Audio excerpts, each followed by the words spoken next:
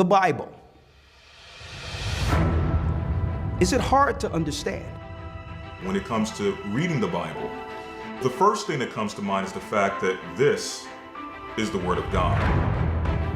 The seals have been broken, and the truth is here. And when we go throughout the scriptures, when we go throughout extra biblical records, we find that the language that God employed, that He used to create the heavens and the earth, was the Hebrew language. Christ said, I came for the lost sheep of the house of Israel. But yet no one, no religious leader, no religious church out there anywhere can now identify the 12 tribes of Israel. Can we?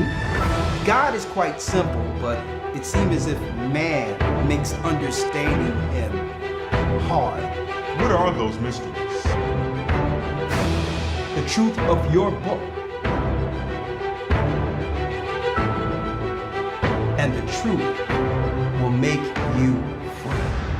The Hebrew and Bible Academy, you're invited.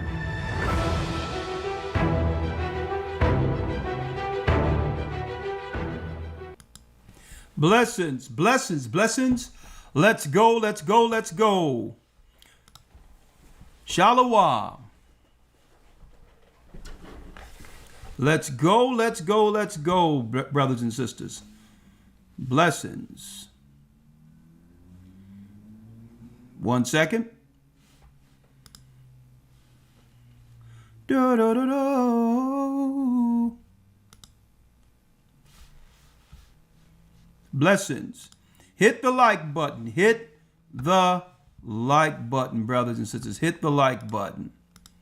We're going to jump right in. All praises be to the Most High, Ahaya, Ashah, Ahaya. Come on in. Come on in. We have a great broadcast for you all this evening.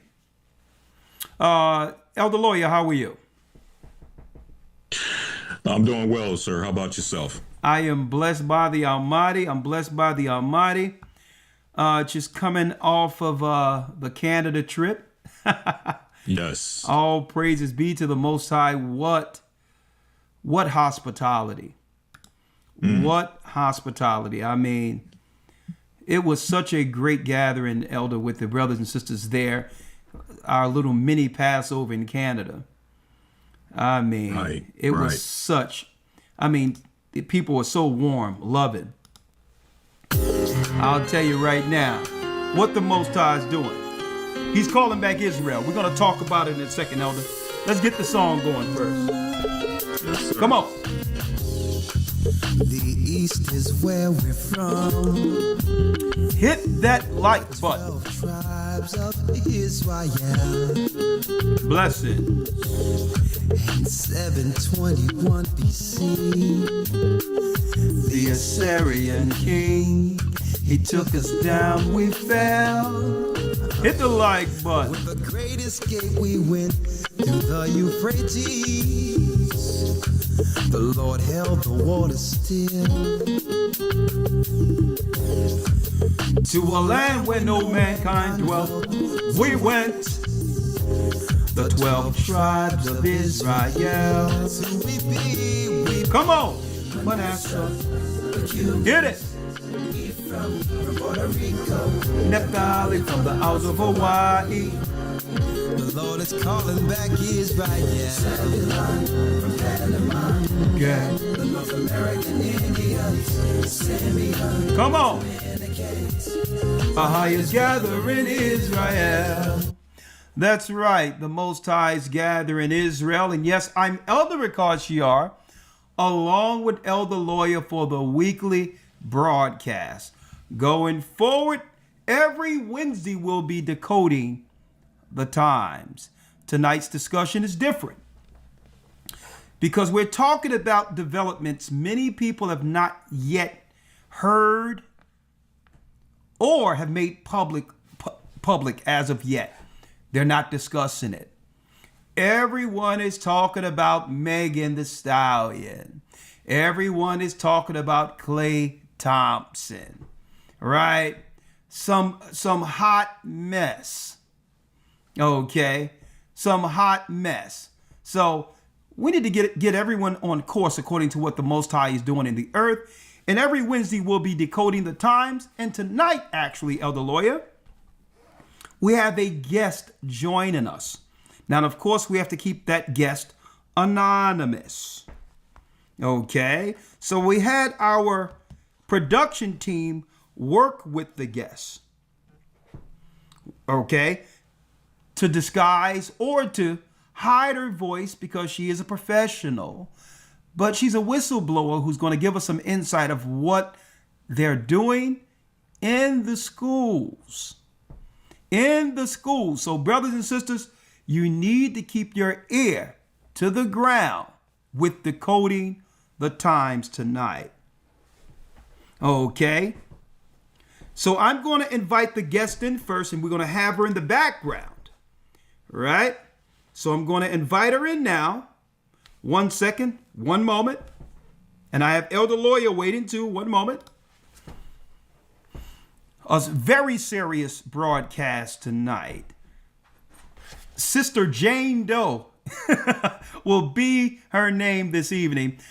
Jane Doe, if you will, please, if you will, unmute your microphone.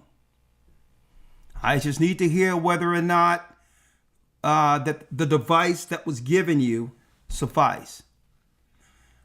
Please unmute your mic, Jane Doe.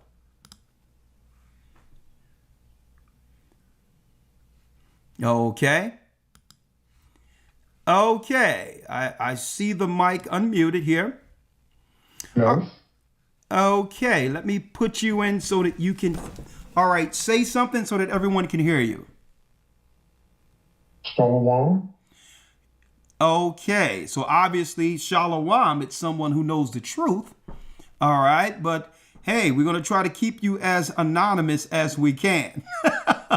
You've already did a tell that we all know that you know what Shalom is. So you must have been in our academy, Jane Doe. So real quick, I need you to put it back on mute because obviously it's working. Everyone can hear her fine, right? Everyone can hear Jane Doe fine, correctly? She's going to let us know what's going on in the schools. Now, we're going to be talking about predominantly somewhere on the East Coast. That's the most I can give out at this time. She's a professional, so, she has to keep her identity concealed. So we're going to call her Jane Doe tonight, and we thank the Most High for this guest. All right? But before we do that, Jane Doe, let's do it one more again, okay? Unmute so we can all hear you and say hello in English to our brothers and sisters. Go ahead, say it. Hello to all. No, hello in English. Let me hear it. Hello. Okay, now that's a little distorted, but hopefully they can all hear you because this is a very important discussion tonight.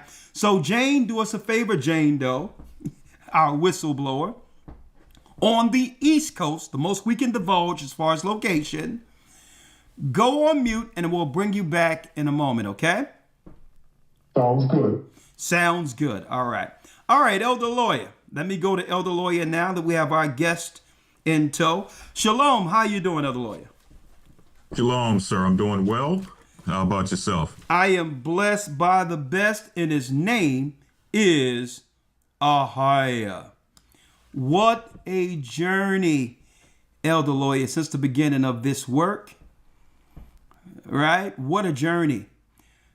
Yes. And I'm saying in specific, coming full circle, teaching on the streets with only a few of us, going out throughout the earth, declaring the gospel of Christ, meeting many nations who spoke different languages, created some. The Most High have allowed us to make so many friends of other ethnicities as well as people in other countries that will help us in the end time. And then come around full circle after our lesson that began all of this, the path to the mark. And now we're sitting here, first fruits of the Almighty. at a time where the Most High sent forth his Holy Spirit to gather those who would be in one mind at the very end here in Canada, the country next door. Full circle. Man, what a gathering, Elder. Give me your experience before we go into what we're going to talk about tonight.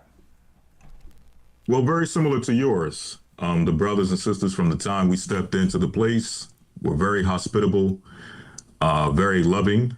I mean, it was just a great gathering overall. Like you said, it was somewhat like a mini Passover. I think we had people coming in from not only Toronto, I think people were coming in from neighboring cities, Edmonton, and different places throughout the country of Canada. And again, it was just a blessed gathering, blessed experience. Yes, yes. And I have to give it up to my brothers, the deacons that are there.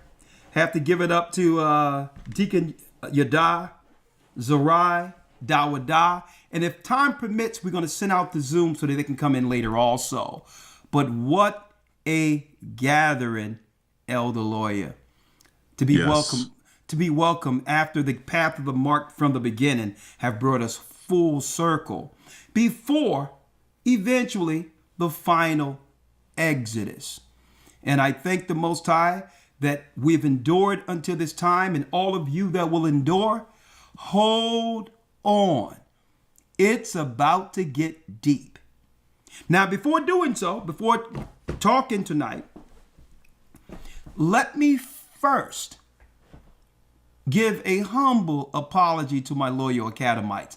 I know you're thinking in your mind, Elder, you don't have to apologize. Well, we were in Canada, we were traveling, we were up against the time, and we didn't want to give you all a halfway Academy Day. Okay? If we're going to do this for our loyal Academites, guess what? We're going to go in 10 toes down and give it everything we have from the Hebrew to the news, all the way to the lesson. And we didn't want to give y'all a half-hearted lesson at 12 noon and say bye at 2 o'clock when you know that the Academy is much more than that. So what did we do? We sent out what?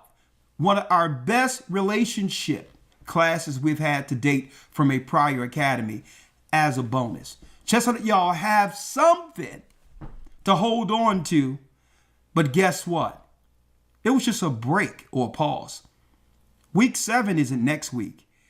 Week 6 is next week. So you actually received a bonus lesson. And we're going to pick it up with the 12 lost tribes found.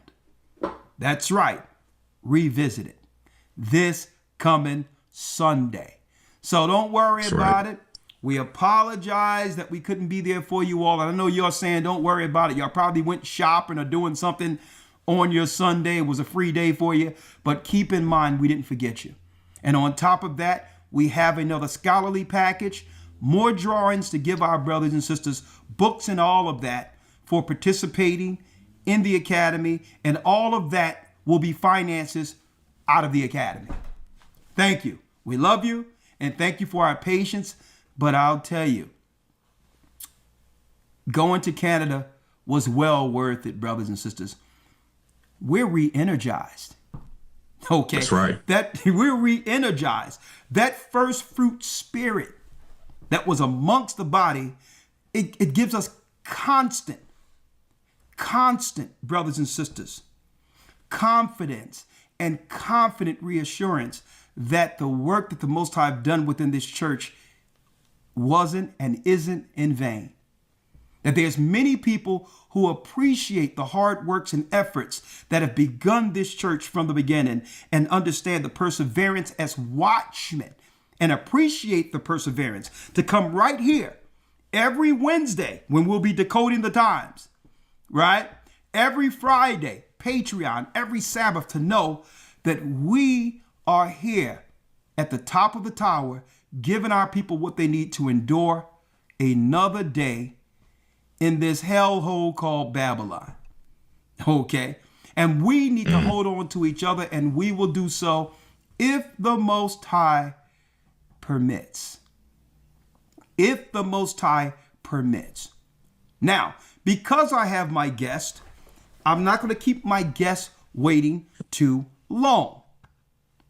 But brothers and sisters, there is a lot going on right now. Do you notice that what they're doing with this weather? I don't know if y'all noticed this, but what they're doing with this weather, it's a nice day. And then all of a sudden, like in Toronto, when we were there, all praises be to the Most High, there were clouds everywhere. We flew in here to the United States. Clouds everywhere. And then yesterday, one of the more beautiful days out of the year. Now, mind you, when we did the Passover, it was upward 80 degrees. Yesterday, I couldn't help but notice the streaks in the sky and all of a sudden, all the clouds disappeared Monday. Did you notice that? No sooner as it happened, it was this thick air where I noticed people were coughing. I noticed allergies ramped up tenfold. And I said this, you know what's going to happen? Tomorrow it's going to be cold. As if they're trying to snatch the sun, the vitamin D, the natural way the Most High does things away from us. I said, watch tomorrow. It's going to be cold. You don't go here in the springtime and go 14 degrees the next day, lower temperature. When it tells us in Enoch, and it tells us that what? That we get 2 minutes more sunlight going all the way up until the fall. At least through the summer. So it should be getting warmer with each day. Not colder. But when I seen those streaks in the air, noticing the clouds disappearing, I said it, quote unquote, watch tomorrow be cold and rainy. So the question is, what is going on? Well, it's in the Bible. Elder Lawyer, if you will, let's go back real quick because we are decoding the times. This is the signs of the times, folks. Is there a lot of artificial things going on right now? Well, we're going to talk about that before bringing in the guests. All right. Elder Lawyer, if you will, Elder Lawyer, let me grab you, pull you up here real quick. It was like clockwork.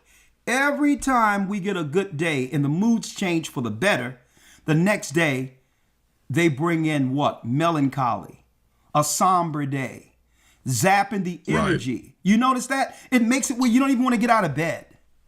Right. Right? That's true. Very true. Right? Right, on the lawyer. It's like, what is this? So is this a pseudo way of locking people down without actually locking people down? I need y'all to think about that. Elder Lawyer, if you will, right? In the book of Enoch, the 80th chapter, it tells us, I went over this a couple of days ago. We're going to read this again real quick. Because this also connects with what we're dealing with today. All in all. Right? 1 second. Let me pull this up. Right here. Boom. There it is. In those days, in the book of Enoch, the 80th chapter. And for those who don't believe that the book of Enoch and Jasher isn't true or whatever, hey, believe what you want. But I'll tell you what, the prophecies in the book are unfolding.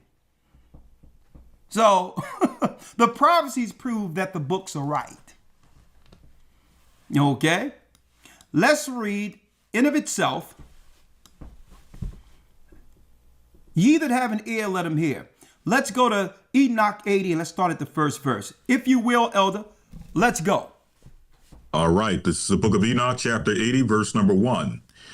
And in those days the angel Uriel answered and said to me, Behold, I have shown thee everything, Enoch, and I have revealed everything to thee that thou shouldest see this sun and this moon, and the leaders of the stars of the heaven, and all those who turn them, their task, and times, and departures.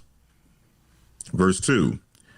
And in the days of the sinners the years shall be shortened, and their seed shall be tardy on their lands and fields, and all things on the earth shall alter. Listen to this. And all things on the earth shall alter. I'm checking out the trees and the plants. They really don't know how to react to this different weather. Right?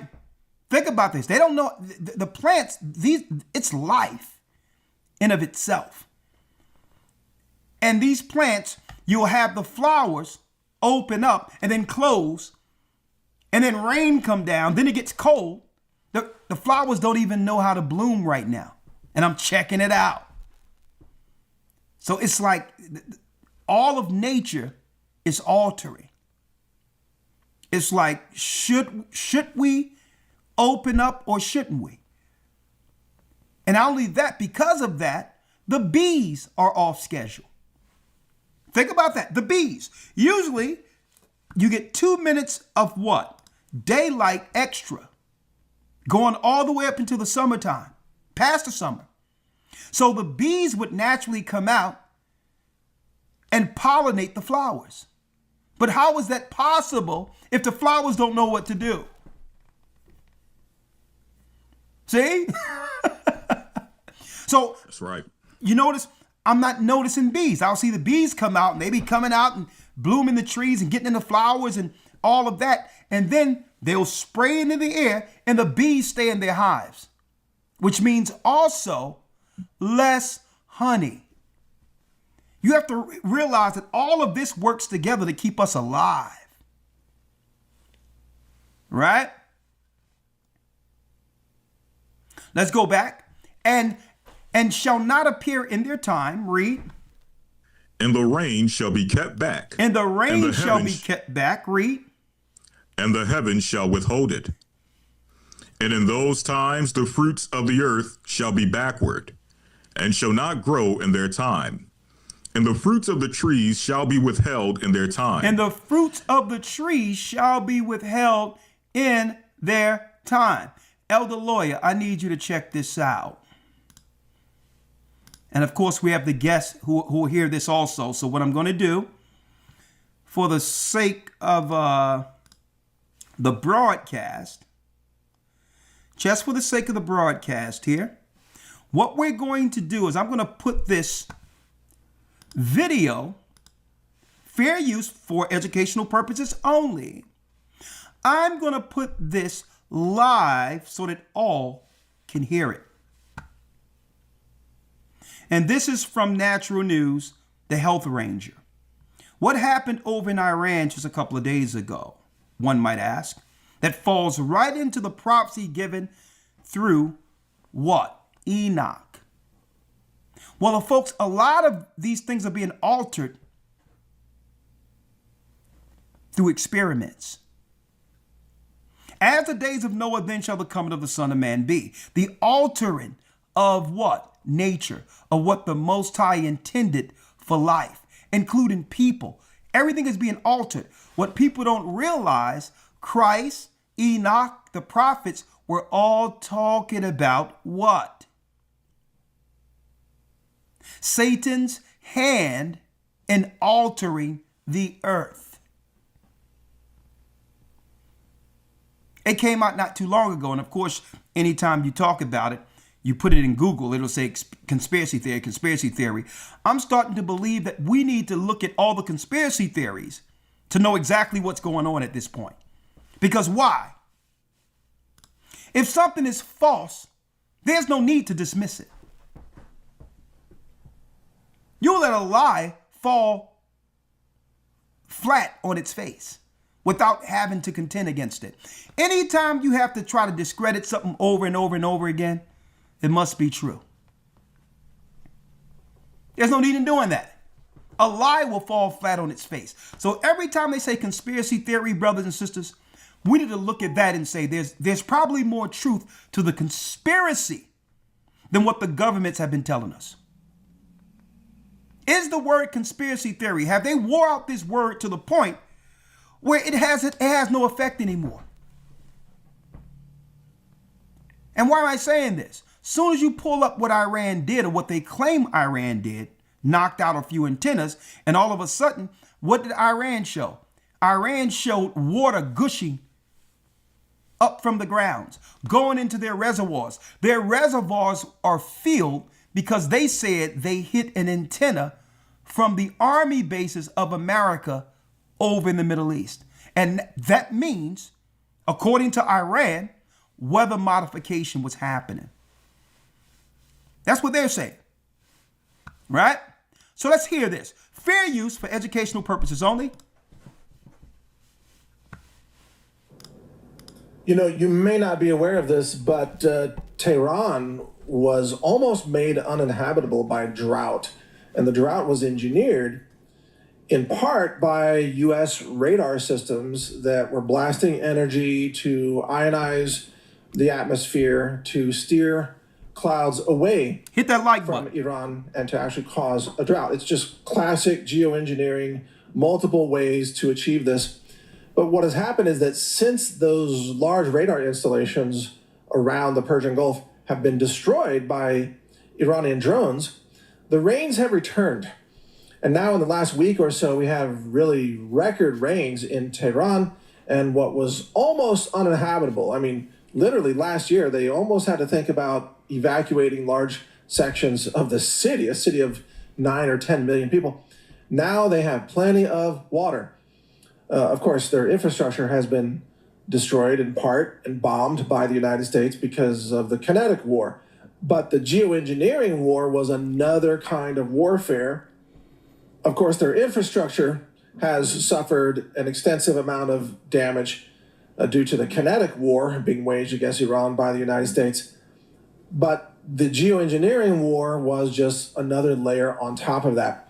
So the reason I want to mention this is because the globalist deep state of Western civilization, it wages war on so many levels. There's engineered famine, there's engineered energy scarcity, there's pesticides and herbicides to cause cancer and depopulation, there's weaponized, ticks that cause Lyme disease, there's, everything that you can imagine. There's some kind of weaponized system, the vaccines. Okay, so let's talk about this once more. Fair use.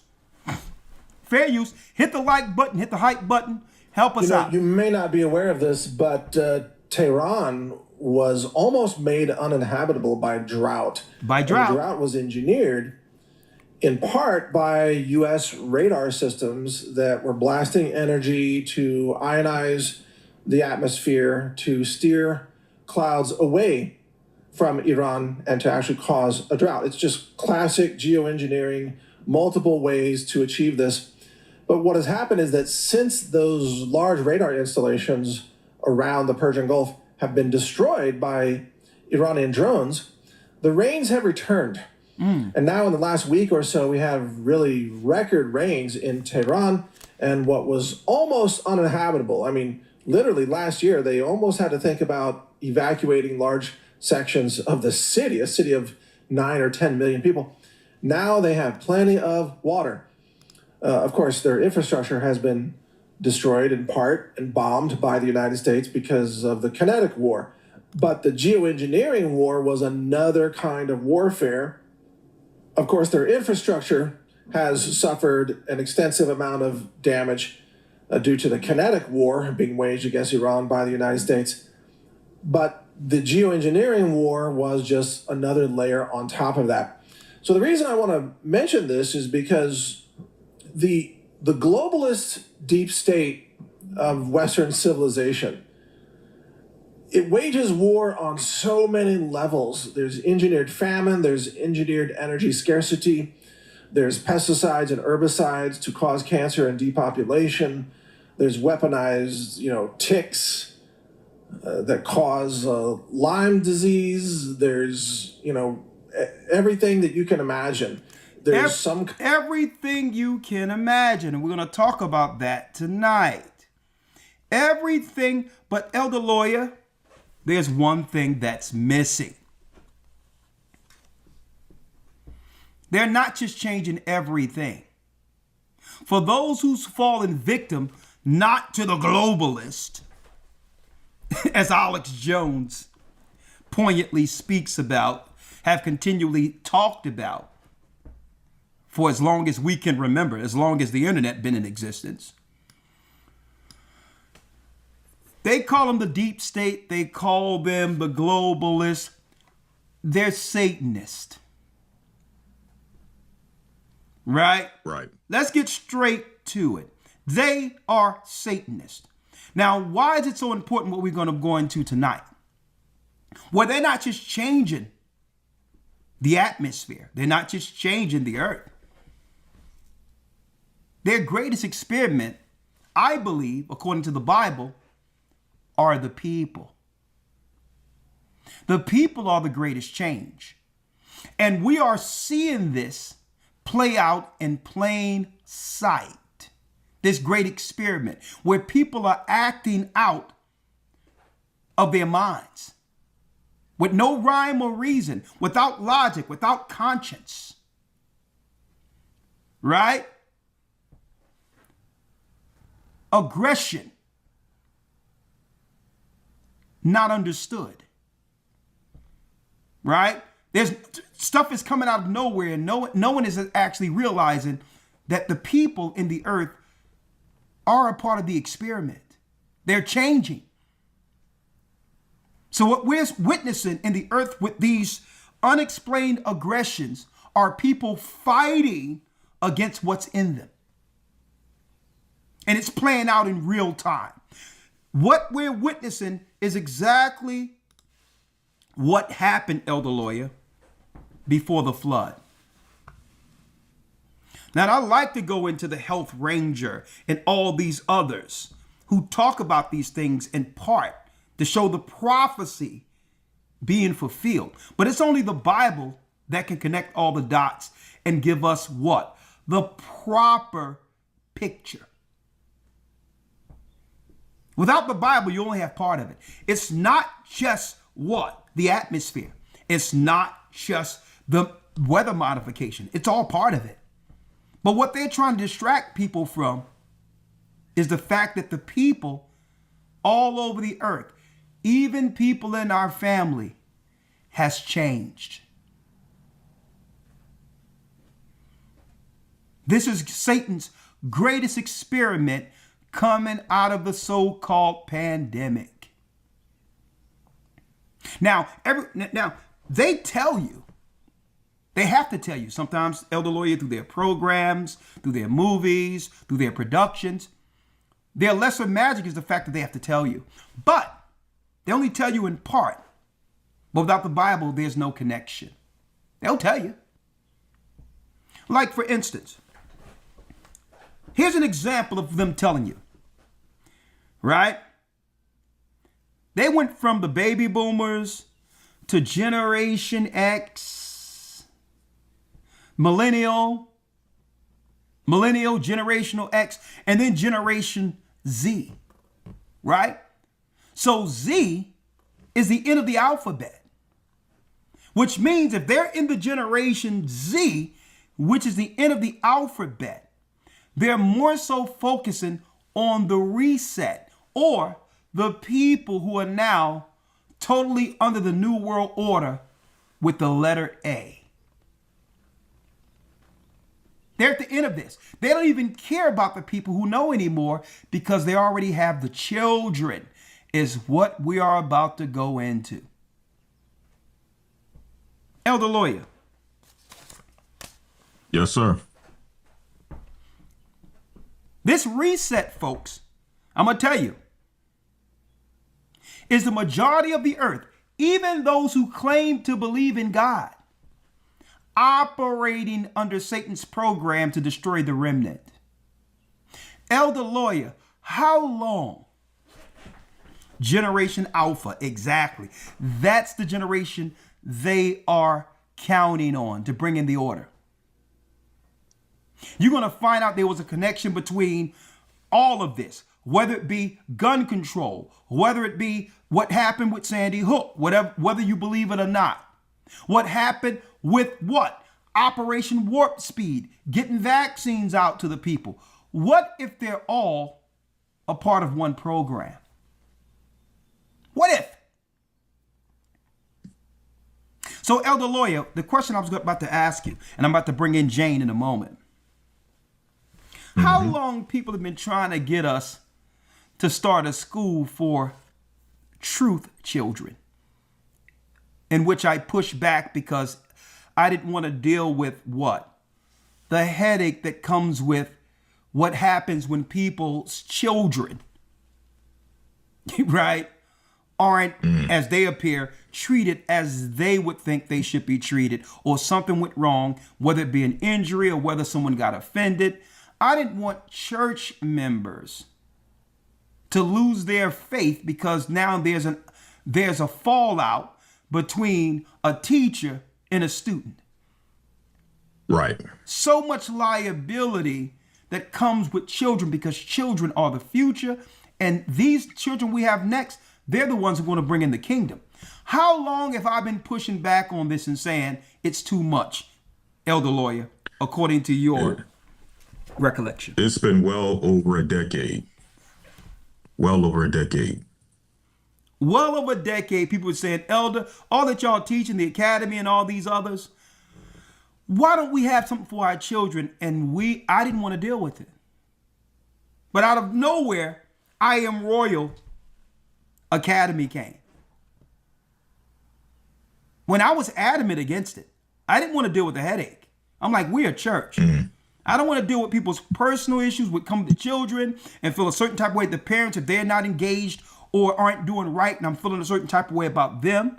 And I can't do that because what? We've all came through struggle, trauma. So it's a certain level of patience we have to have with our people. I didn't want the headache. But all of a sudden it happened because the Most High seen fit. He knew that something was coming where what? A school for our children would be needed.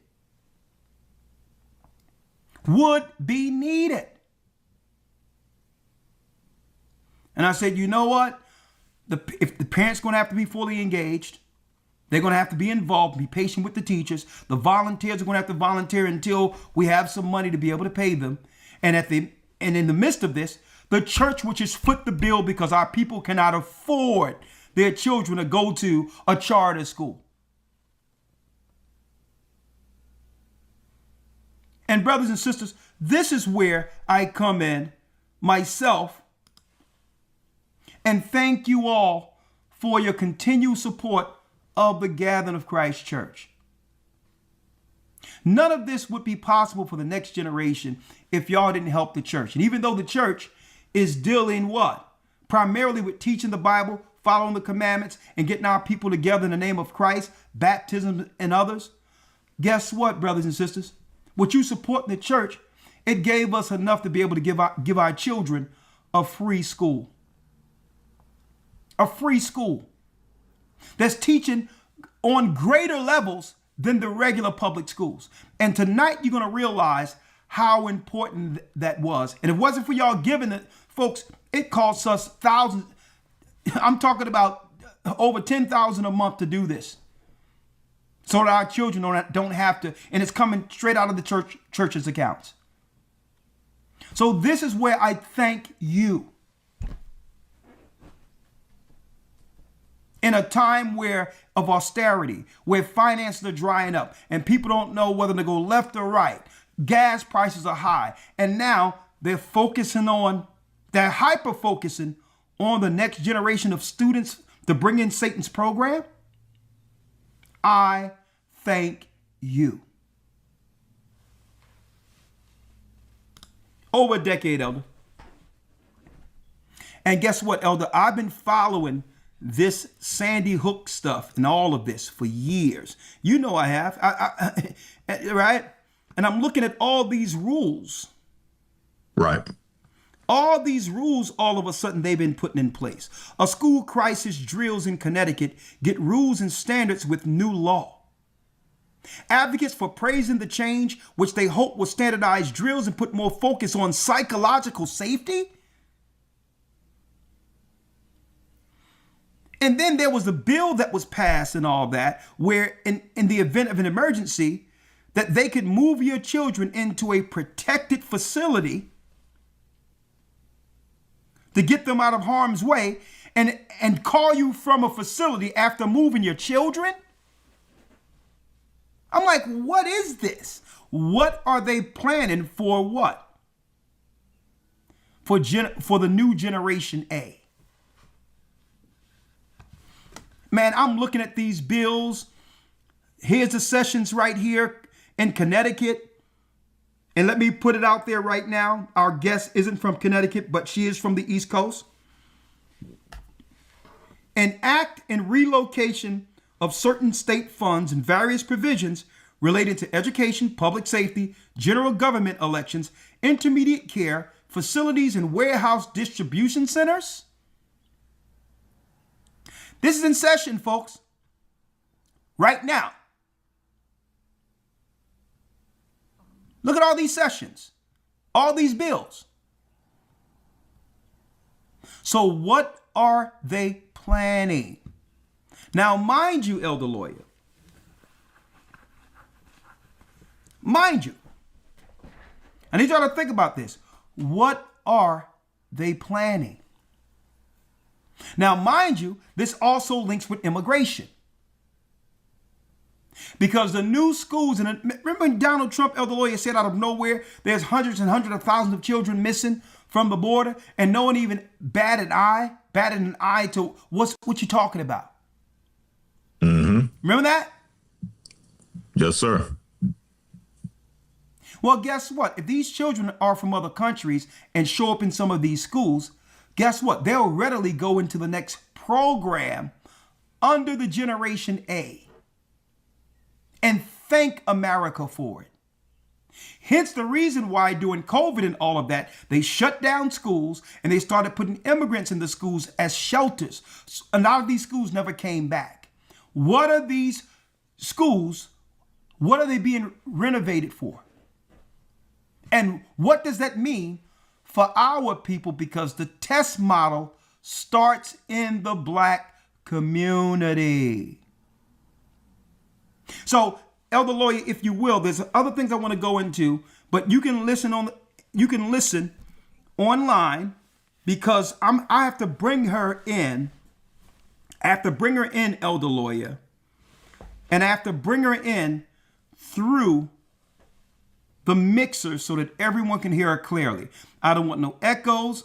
I don't want anything. We have a Jane Doe, a professional, who's going to give us some insight, a whistleblower tonight, on what they're planning right up under our noses for our children. Folks, there's a reason they don't want our children reading. That the boys in general are reading on a second and third and not past a fourth grade level. It's all intentional. It's more sinister than you think, folks. Just suppose the stuff that we've been allowing our children to take under the banner of safe health. Y'all know what I'm talking about. Suppose they've been changing the genetics altogether like it was before the flood, changing people into something else. Hence the reason why there's an uptick on mental health.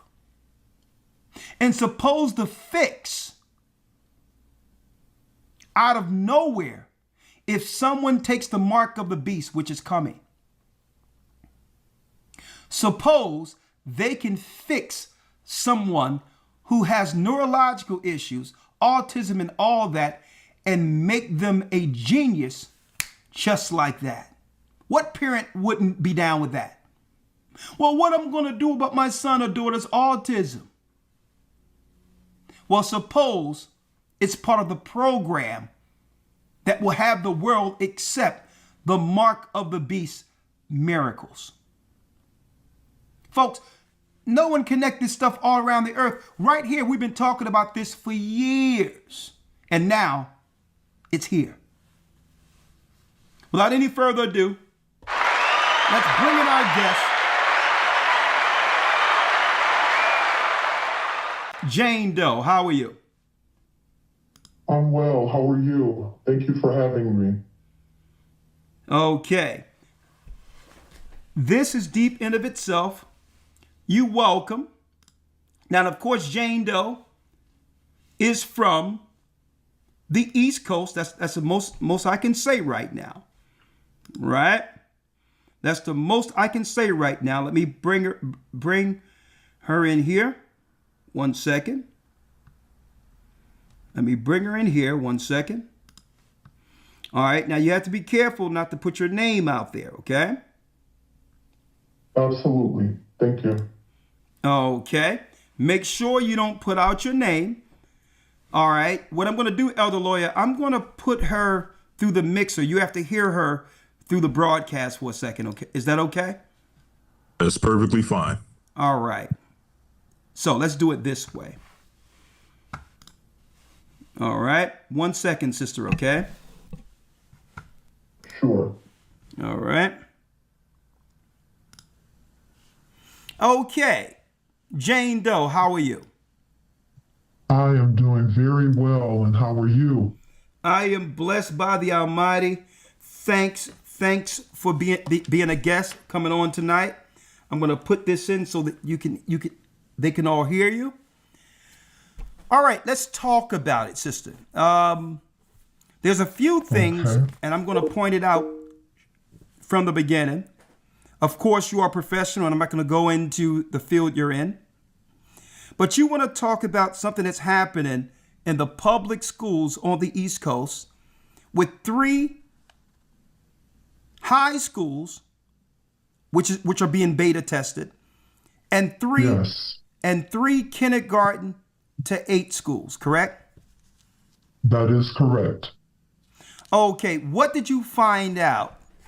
And you told me offline that there was some people that you knew who did some construction on some new type of facilities. Let's not go into the person who told you, but what are these facilities? Are they currently working, and what's in them?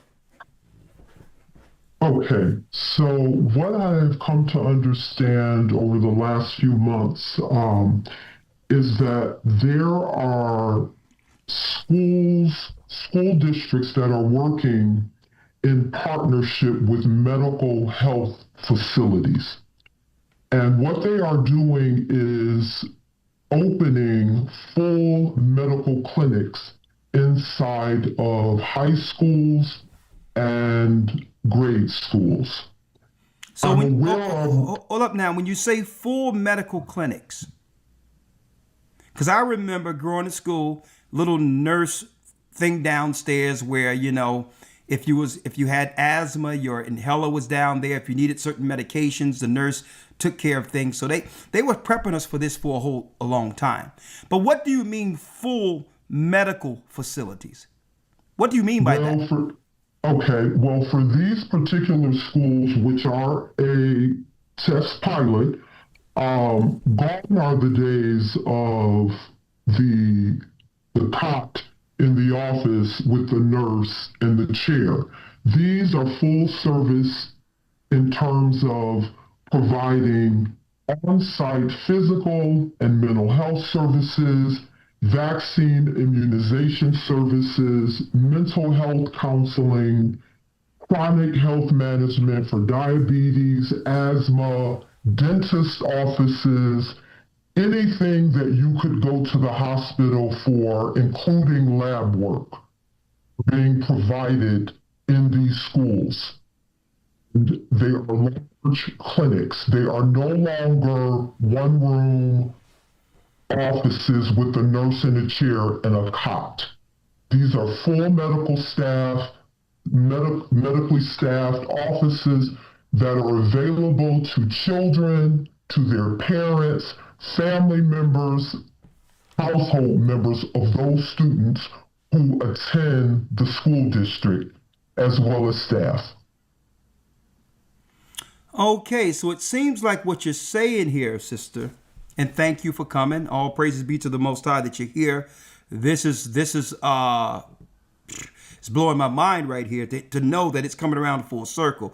So what we're talking about is one-stop shopping, right? That is correct. So there's That is correct. so there's no need for any child going forward to ever miss a day due to sicknesses because they'll stay in school. Well, it's part of what's called, and this is a national incentive or initiative called Say Yes. It's Okay. called the Say Yes program. Okay, let me tell It's y'all. national. Let me say this right now to protect this sister's identity. She wanted to divulge the information, but because she is someone that's recognized in professional fields, and I concealed that by putting up a nurse. Right? So if she put her voice out there, many people in her field will know that it's her. So her voice is being ran through a modifier. So no, this is not a male. Her voice is being modified to protect her identity. Okay? But go ahead. I'm listening. Yes, so one of the things that's very concerning to me was when I found out that the funding, for instance, for the three high schools was nearly $4 million of funding from the federal COVID-19 relief funds. These funds came specifically out of what's called the ARPA, the American Rescue Plan Act of 2021 that came out of federal COVID-19 relief funding.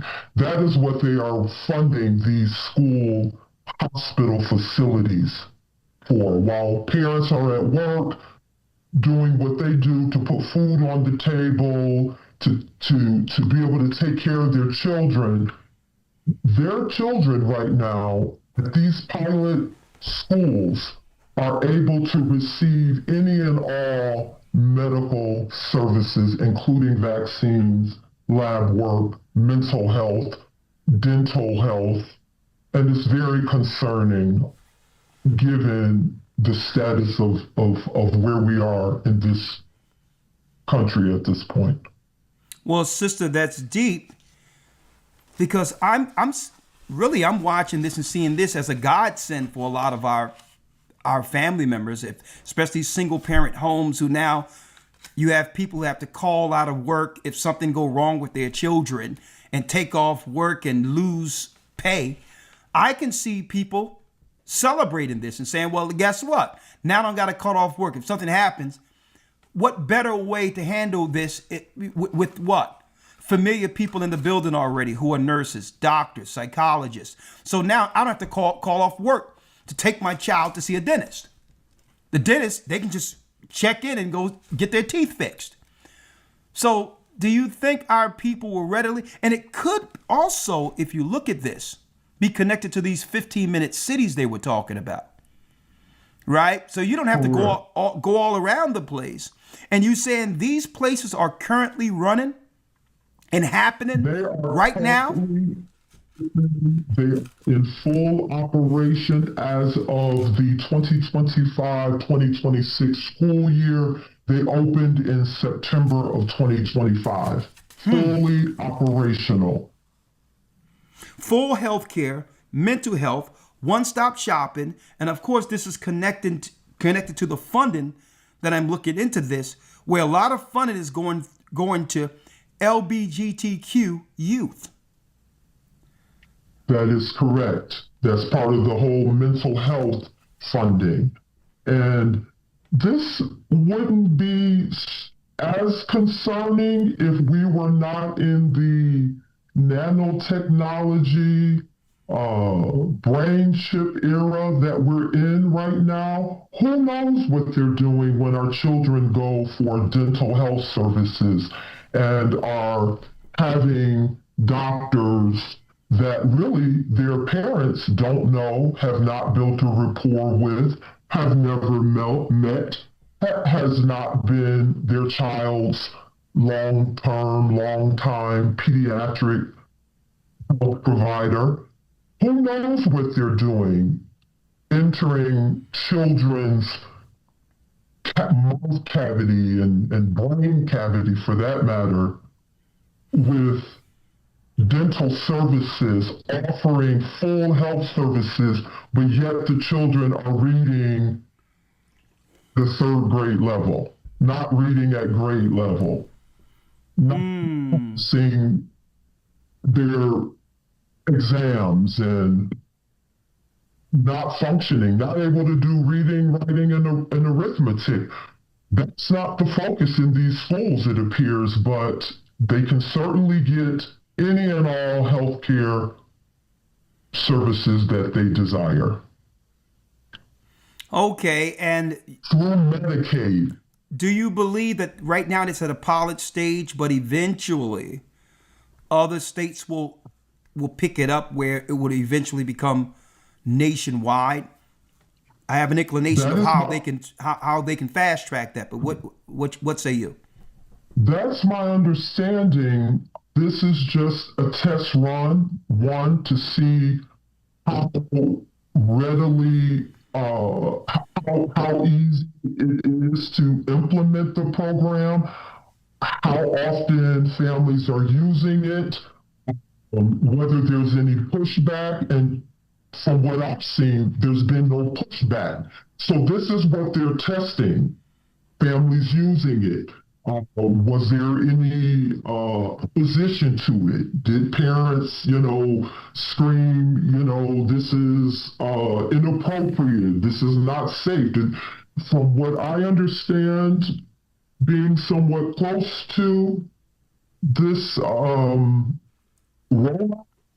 there's been little to no pushback. In fact, most people, families, did not even know about it. It was rolled out into schools, letters went home. If you would like to utilize these services, as long as you have Medicaid or some other type of health care, they're available to any and all family members of the students themselves, as well as the staff in those schools. So there was no rollout, more so than saying, well, in the school, we have a state-of-the-art school now where it's one-stop shopping for your child. Now, who would push back at that, right? But here's a question when it comes to it now. Because believe it or not, what this sounds like is jail. This sounds like a prison. Yes. And it's interestingly tied to sports medicine. I did not mention that, but that's a big piece of it too for our young athletes. They're really pushing sports medicine. And in fact, recently was a track meet where the local hospital sponsored the track meet. The same sponsor for this rollout in the schools was at the track meet.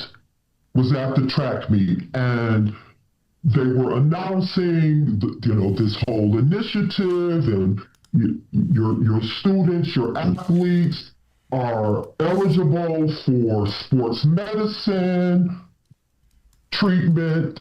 It is a whole mess that is pushing healthcare on our children in schools, really giving them the power of suggestion. Some of them may not even need any type of health treatment, but they're really pushing it. They are pushing the students to use the services, the families, letters are going home, and there's been no objection to it that I can see. Not that has been effective. So what would be Let me ask you, you outright, you're not showing your identity, that's fine. So you currently don't have any school-aged children, correct? I do not. Okay, in the event of if you had children and you heard this, knowing what you know right now, because you also stated that there's a 13-story neuroscience building Yes. that your Yes. colleagues were discussing and passing with you that they haven't divulged to the public yet. So I'm going to go back to the question, if you had children, what would you do? But, right, I mean, how would you react to this? But before I do that, tell me about this 13-story neuroscience clinic, and how did you hear about this clinic? Well, these clinics are popping up everywhere, and they're really not. Clinic is more of a smaller scale. These are when you talk 13 stories. This is a full science, research, medical, surgery outfit. And this is something separate. This is something separate, but in the same community. It is anticipated to open in January of 2027. The budget has been over $1 billion, and it is unprecedented. It is one of the largest medical building projects in the nation's history for a neurological center. And it's actually called the Brain Hospital. So it's very concerning to just be so callous, even to call it Brain Hospital. They're pretty much just letting you know what they're up to. It's supposed to be focused on cognitive health, improving cognitive vitality, or at least that's the premise that they are stating as the need for at this point, $1.1 billion, 13-story neurological city, a neurological center in the inner city. It's all about brain performance, vitality, cognitive health. It's pretty much unprecedented because neurology as a discipline is not as large as, say, surgery, or if you think pediatrics or obstetrics or cardiology. Now, those are huge budgets, but neurology, until the last few years, really since the C-19 rollout, really has been obscure. It's been an obscure discipline within the medical profession, but billions of dollars are going towards the Brain Hospital. That is very concerning, and I just thought that the church needs to be aware of what's going on, potentially in their school districts and in these medical facilities. Well, let me first of all thank you for coming and divulging this information. For all praise be to the Most High. But between the assault on our children's minds psychologically, I believe for those, because we're predominantly God-fearing people who have a core belief in the Most High. That's what have kept our community. I'm speaking of in America, predominantly Judah, Benjamin, and Levi, Gad. What kept us connected to the ground was this Bible and believing in our God, and our deeply rooted connection with the Almighty. And it seems like whatever's going on in these schools is more so from the dark side, a religious persuasion, so to speak, where everything is now the psychological assault on our children when it comes to teaching sex education, LGBTQ, teaching of certain things like suicide and how to, not delete themselves. I'm on YouTube and all of this. all of this, the mental anguish and pressure on people who should be enjoying their childhood, as if there's some type of psychological trauma that's taught within the curricula that takes a child's innocence away, their childhood away. So speaking of that in a nutshell, thinking of that, if you had children in these current schools understanding what's going on, what would be, you being a professional, what would be your alternative? Not to say or to tell people this is what they need to do, but if you were living right now with children in school, okay, I'm talking about grade school or whatever the case is, what would be the option for you? Being that, I mean, our people are poor. We can't afford private school. Now, and guess what? And I'm not doing an I am Royal Academy advert, okay? We're capped out until we can make more space and finances to bring more children. So don't think there's an advert right here and say, join the I Am Royal Academy. We're capped out right now until we can make more space.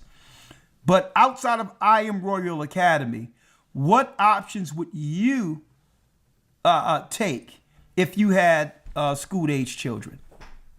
Well, my husband and I, we've actually discussed this. We don't have school-age children, but just even for our loved ones, we would do all that we could do to sacrifice in our own home to homeschool. That would be the alternative that we would choose. Because right now, what they're doing in the public schools, really, as far as I'm concerned, is criminal. It is based on dysfunction. It is pushing an agenda that many of our children would have not otherwise thought about. Do you have mental health problems? Are you depressed? Do you have suicidal ideation? This is the type of push that's out there, not focusing on futures, careers, and building, marketable skills, and the push is all dysfunction. Do you like the same sex, and all of these, and they have questionnaires that they're giving children today. So I know that as for me and my household, we would do all that we could to make it happen where we would be homeschooling our children.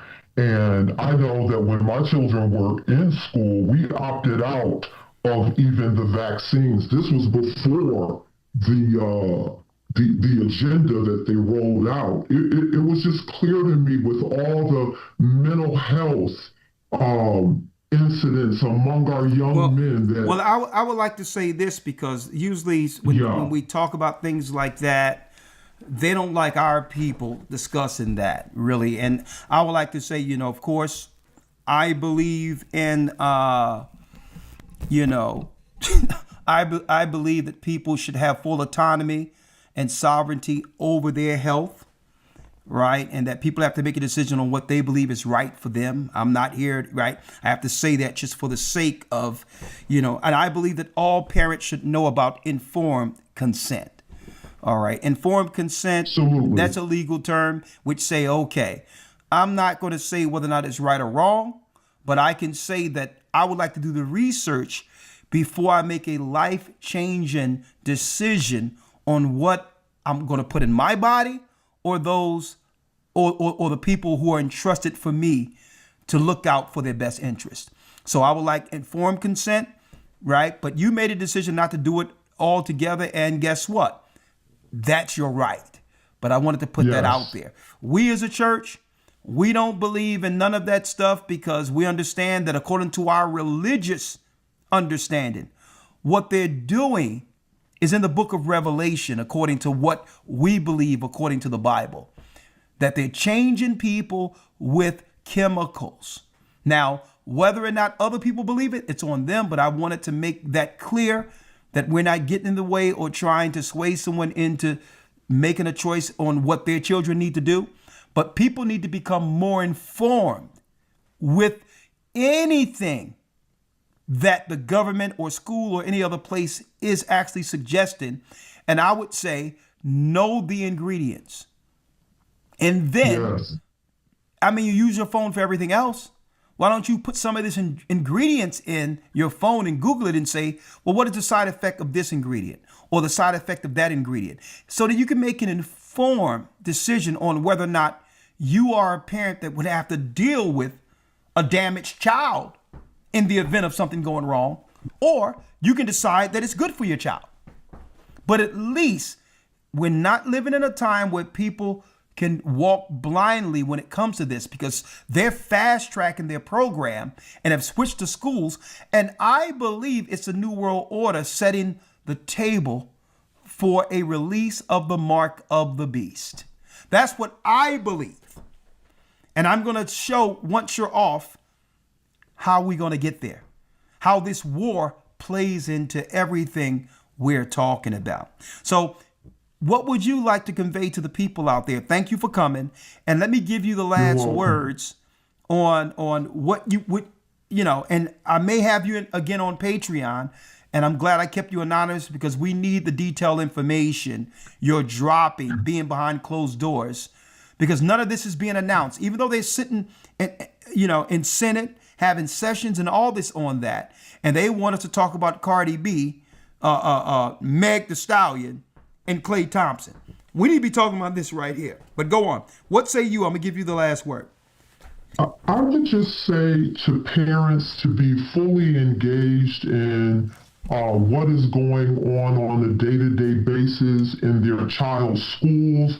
If you're not able to homeschool, not everyone is able to do that, make sure you're taking some time to just go up to the school, meet with the principal, meet with their counselors, go online, look, and you can Google, initiatives, recent or current initiatives in your school district, because all of this information is at your fingertips.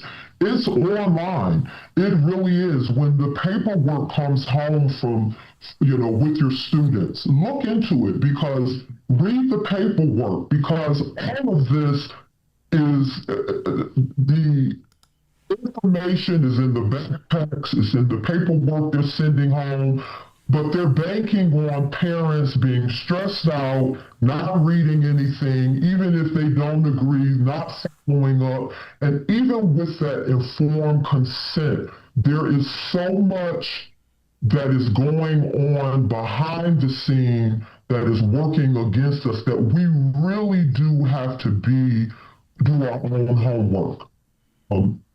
I will just add this, for instance, with the neurological facility that they're building, announced to the public, okay? So here's your informed consent. You get a doctor's appointment, you show up to the doctor, but unbeknownst to the public, what happens when you walk through the doors of this new 1.1 and counting $1 billion facility is that you become an unwitting, meaning unknowing, subject to an experiment for AI training. This is what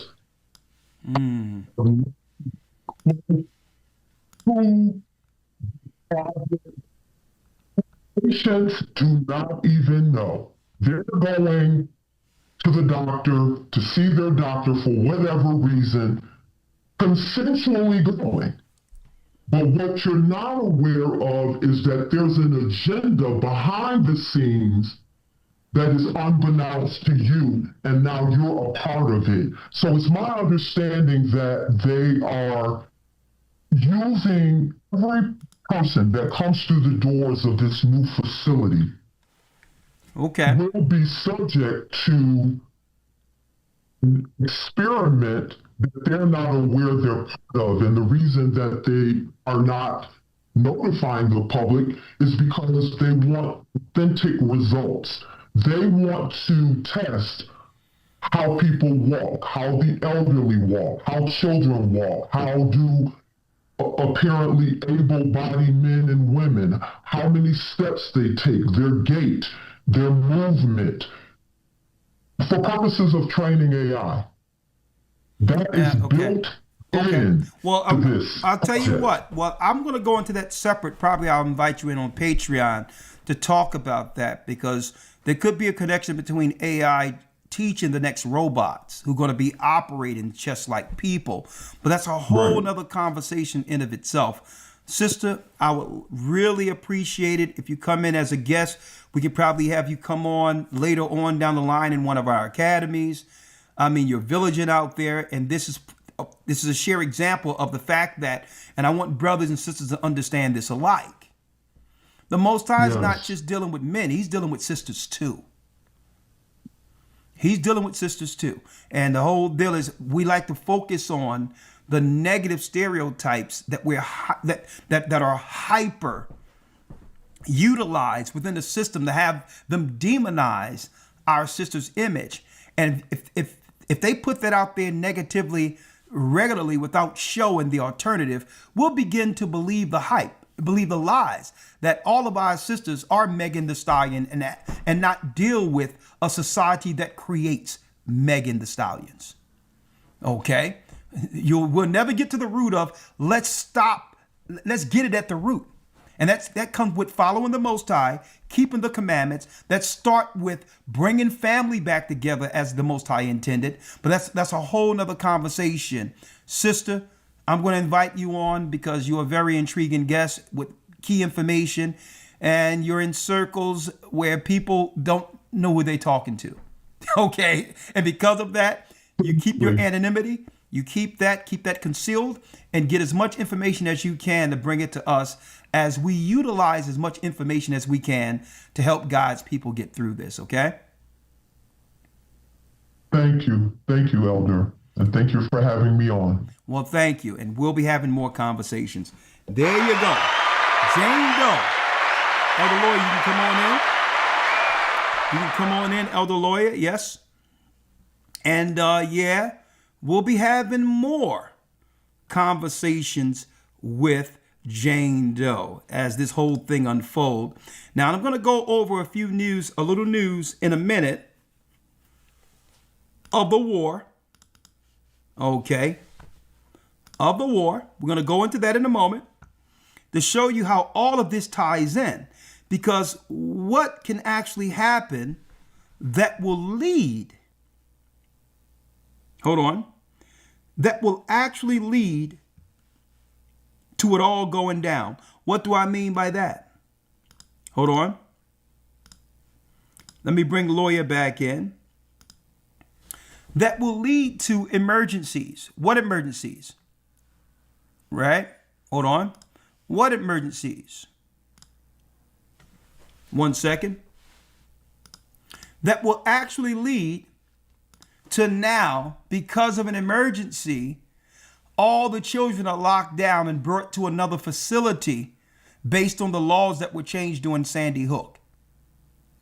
Well, a strike from Iran to America, in America, would that be the emergency that brings it all in, where now the children in school will be taught by the state throughout the United States under a martial law model, a soft martial law model? Well, I believe that's where we're going. Elder Lawyer, are you there? Hold on, let me bring Lawyer back here. Let's bring Lawyer back. 1 second.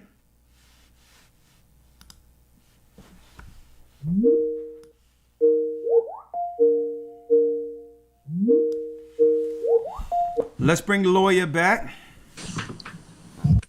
Shalom, Elder Lawyer. Shalom, sir. I'm back. Okay, great. Right now it's showing OBS. Can you put on your camera? All right, one moment. All right. Because before I parlay over into the war, and thank you, Jane Doe, great information. I need to ask your viewpoint from what you've just heard, lawyer, once your video on. Right now, I'm only seeing the OBS option. All right, I'm gonna have to come out because my camera's not coming in as an option, so I'm gonna have to come out. Yeah, come just back in. hang up and come right back. All right. Yes, sir. Hang up and Will come do. right back. Right. And again, before he call, he's going to call right back, and we're going to chime in on what's going on and what we can do to protect ourselves. But also, I would like to announce June 19th will be our first mass baptism in South Carolina. It's going to be on a Friday, early. Okay, we're going to go from the baptism. We're going to stay to the next day for those who like to stay and deal with the Sabbath and have our Sabbath together before we return to our homes. Mass baptism in South Carolina, where what? Where the ships came in and brought Judah to the shores of Arzareth or Babylon. And what I'm going to do through the Spirit of the Almighty, we're going to do a complete documentary from slavery to liberty, showing how the same children of slaves have been baptized into Christ now after the struggle of slavery. And through that struggle, God began to gather his people at the very end who will lead under Christ upon his return. From slavery to liberty, we're going to make a documentary from South Carolina.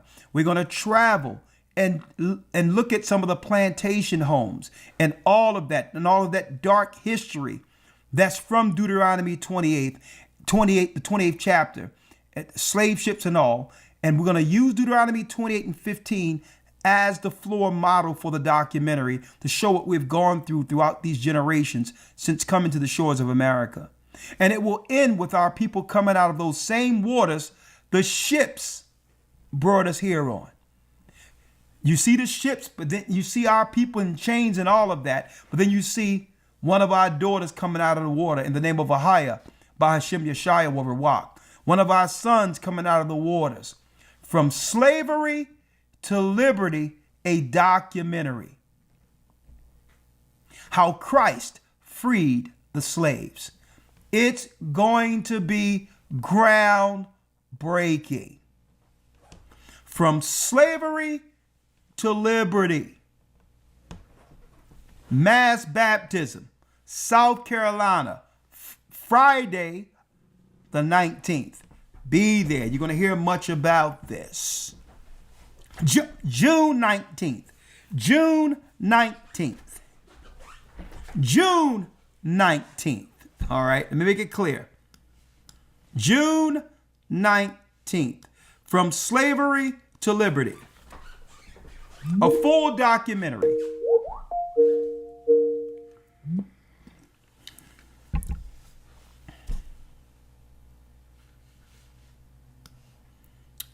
Is your camera okay, lawyer? Yeah, it's still not coming through as an option. I'm not sure why. Now, did you attempt to call me with your camera? No, sir. Let's do that. All right, one moment. I'm going to hang up on you. You call me through your camera. All right? All right, will do. All right. From slavery to liberty, a full documentary showing our people going into the water. And we're planning with Bishop Kazak to go to all the places and bring people to a central location of South America to baptize the souls who've been following the church for years. Another thing we're going to do, we're looking into a component where those,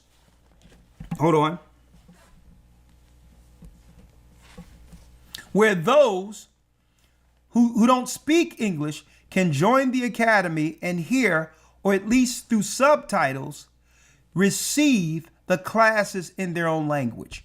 We're working on a lot of that right now. So, all right. Okay, lawyer, he had to reset the computer. So while lawyer is doing that, okay, here you go.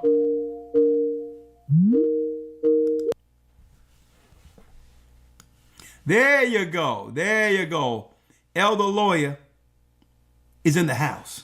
All right, can you see me now? All right, so I was wondering where you went. All right, so let me pull you back up here, young man. What a journey, young man, what a journey. God, absolutely. From slavery to liberty, all right? Hold on. Window, there you go, uh-huh.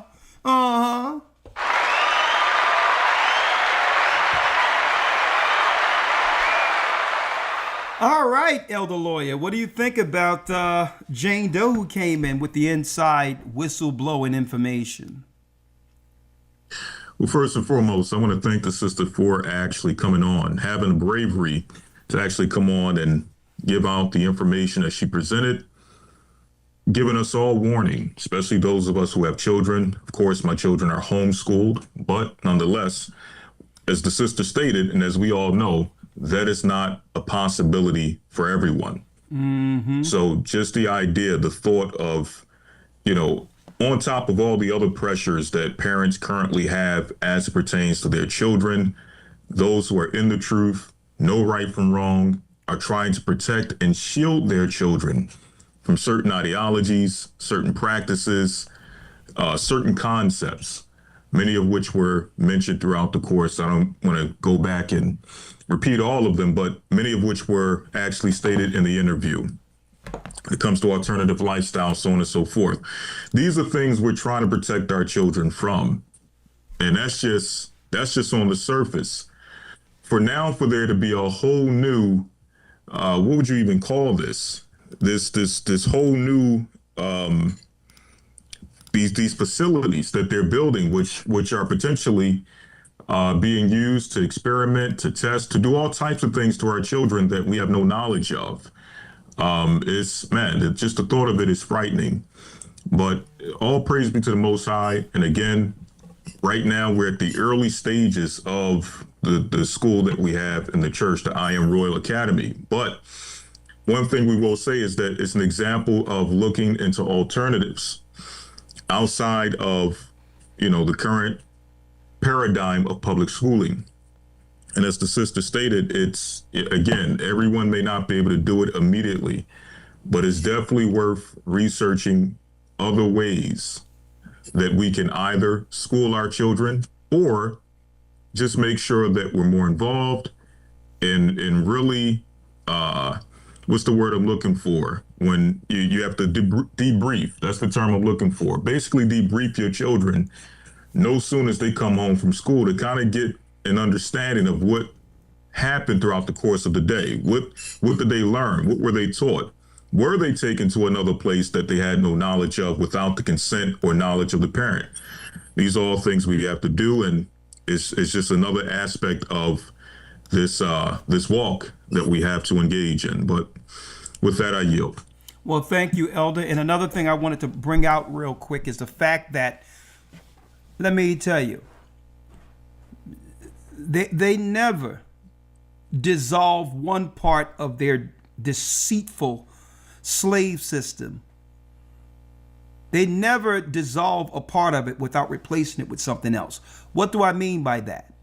Now I'm starting to understand why they was talking about prison reform and lesser sentences. What you need prison reform, what you need prisons for if you can make the school the prisons. Right. Right?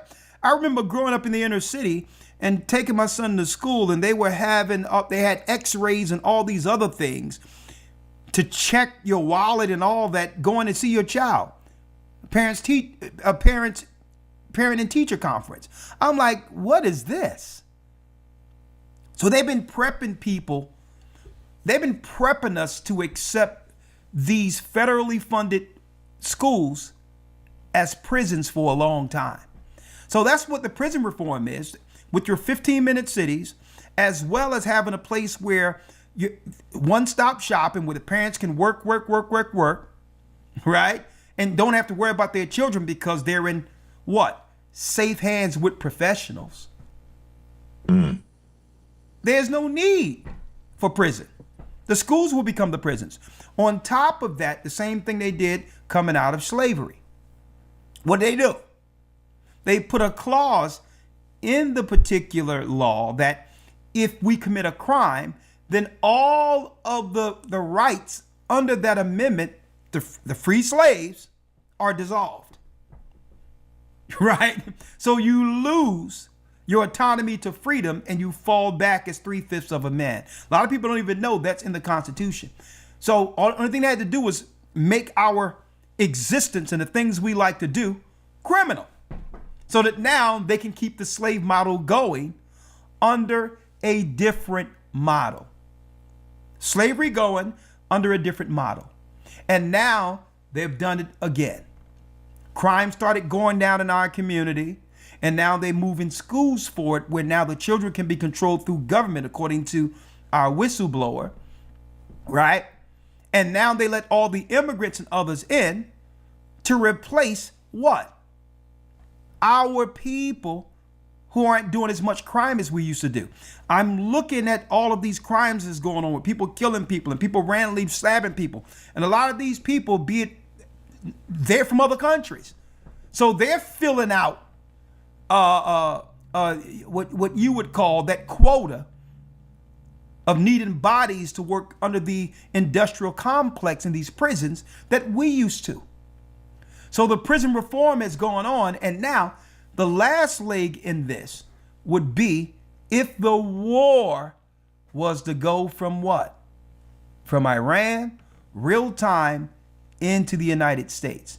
We're living in the calm before the storm, and that leads me right here to what I'm about to go into. But again,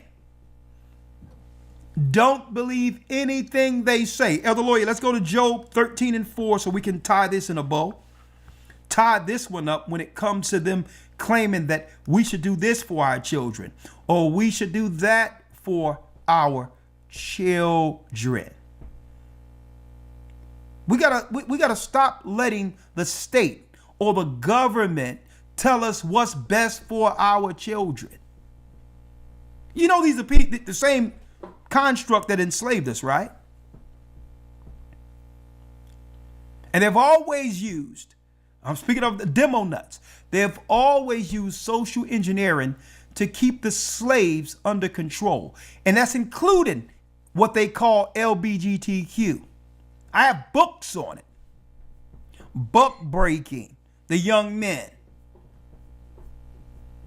Sneaking our sisters in and out of the master's quarters, where she get a higher status for favors.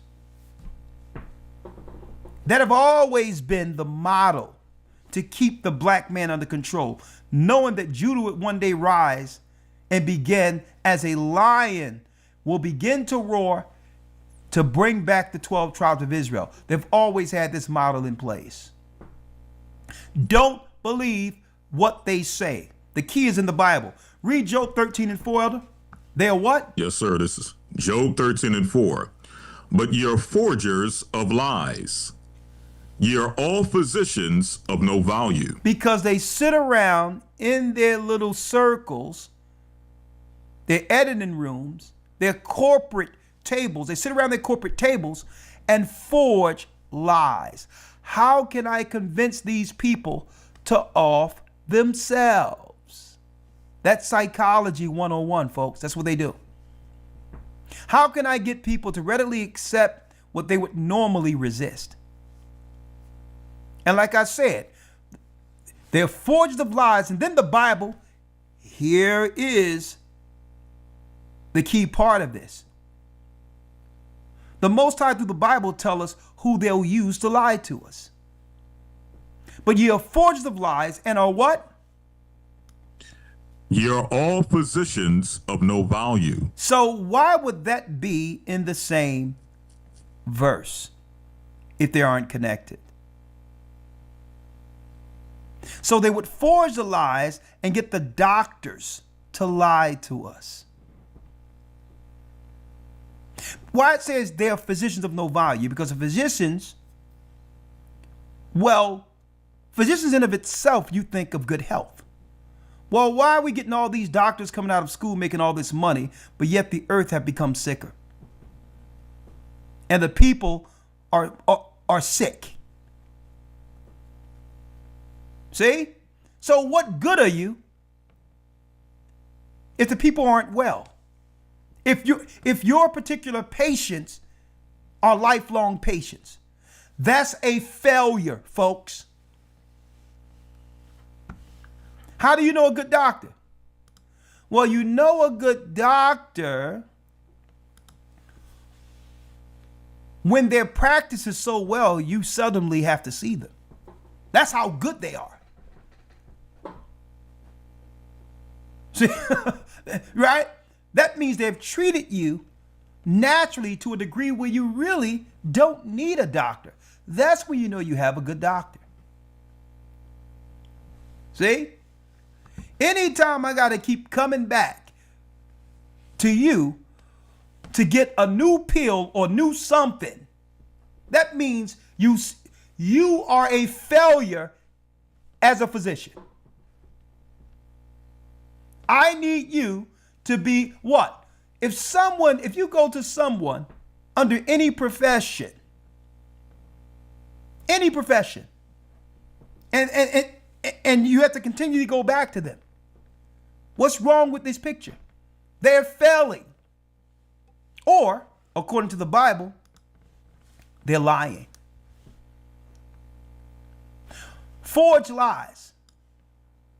They were having hearings with the Senate and Congress with their horse and pony show, with Fauci and all of this, and saying, well, I thought you said that if they took this, that would mean that they don't catch it.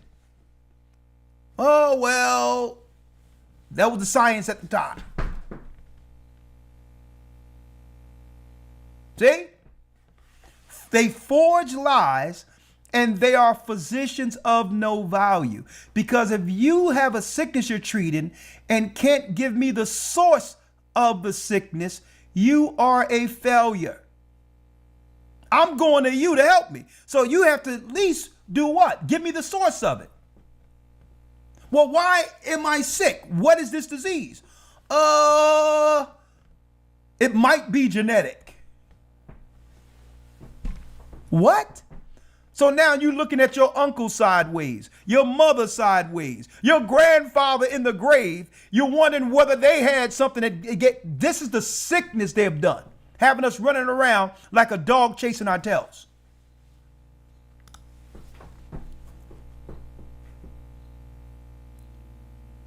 No. If you're going to treat me, you're going to tell me the root of this particular illness. But if they tell you the root, you may realize what?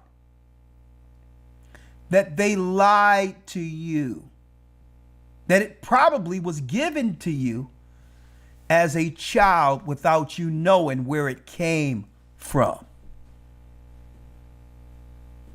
So they can't tell you the source. So what they'll do is they'll have you blame it on your grandfather that you can't verify, or your great-great-grandmother you can't verify. And you know they sat in a boardroom and came up with this. Eventually, people are going to start coming out with all types of brain issues and this sickness. Surely they're going to know we're doing something with this stuff with their children, right? They're going to be like, well, no. We'll tell them that it's a genetic disorder. See? So while we're picking their families off, they'll be sitting around, in a waiting room arguing at each other, trying to figure out if grandma had something or grandfather had something. And you know what? We'll be scot-free. We'll be looking at them laughing.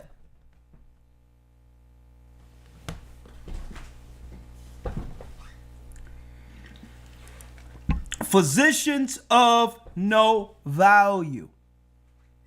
And this is why, guess what? The best testing ground I've seen is being a part of this church. Looking at the healthy children who are not associated with none of this compared to children who parents gave them stuff. They're sharper, they're stronger, they're more intelligent, they read at a higher grade. Let me tell you, leaps and bounds over children who've been poisoned. Leaps and bounds.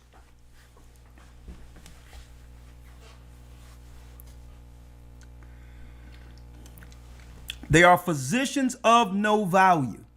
How do you know a physician of no value? If you got an illness and you go to this person to help fix the illness, and they are as confused about the illness as you are.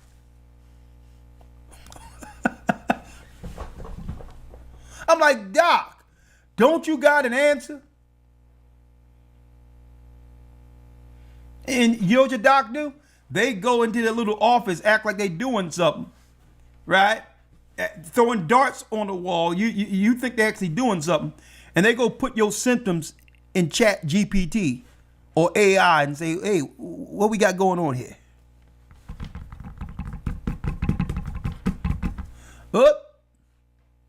Well, you can get this pill, this pill, this pill, this pill, this pill. Okay. Try this and tell me how you feel tomorrow. And guess what? If that pill doesn't work, here's another pill. They are physicians of no value. Now, if I got a broken leg, cool. Set the leg and put a cast on. They're good for acute things like that. In an emergency, you get pulled out of a car, something happens, God forbid. Guess what? They know what to do to put you back together. They can stop the bleeding. They can sew you up. All that acute stuff, they are excellent at. But we have to watch out for the illnesses they have been covering for. The illnesses that could have been administered without our permission. And there's only one way they could have done that for those whose eyes are open and ears who can hear what I'm saying. I'm trying to speak as candid as I can, right?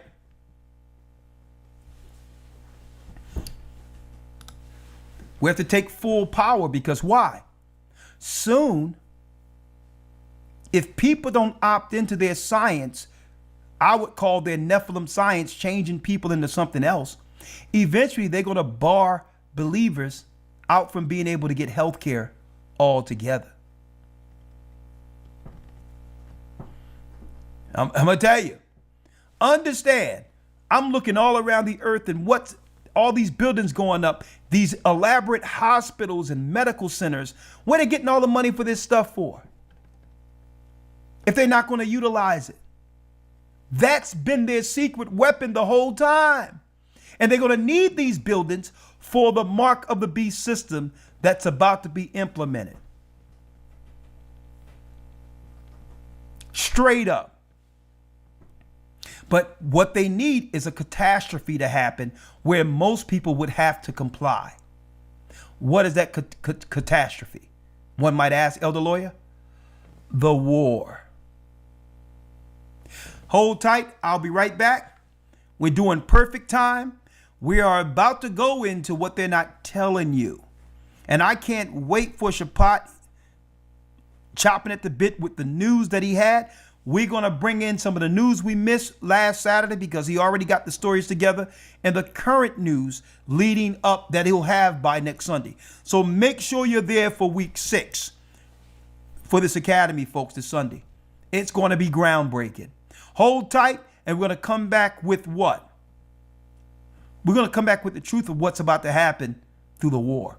And after that, we're going to check out early, and we'll open up the calls this coming Friday. One moment. We'll be right back in a minute and 20 seconds. Hold tight. The Bible. Is it hard to understand? When it comes to reading the Bible, the first thing that comes to mind is the fact that this is the Word of God. The seals have been broken, and the truth is here.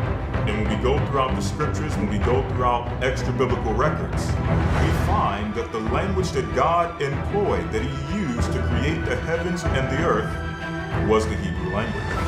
Christ said, I came for the lost sheep of the house of Israel. But yet no one No religious leader, no religious church out there anywhere can now identify the 12 tribes of Israel. Can we? God is quite simple, but it seems as if man makes understanding him hard. What are those mysteries? The truth of your book and the truth will make you free. The Hebrew and Bible Academy, you're invited.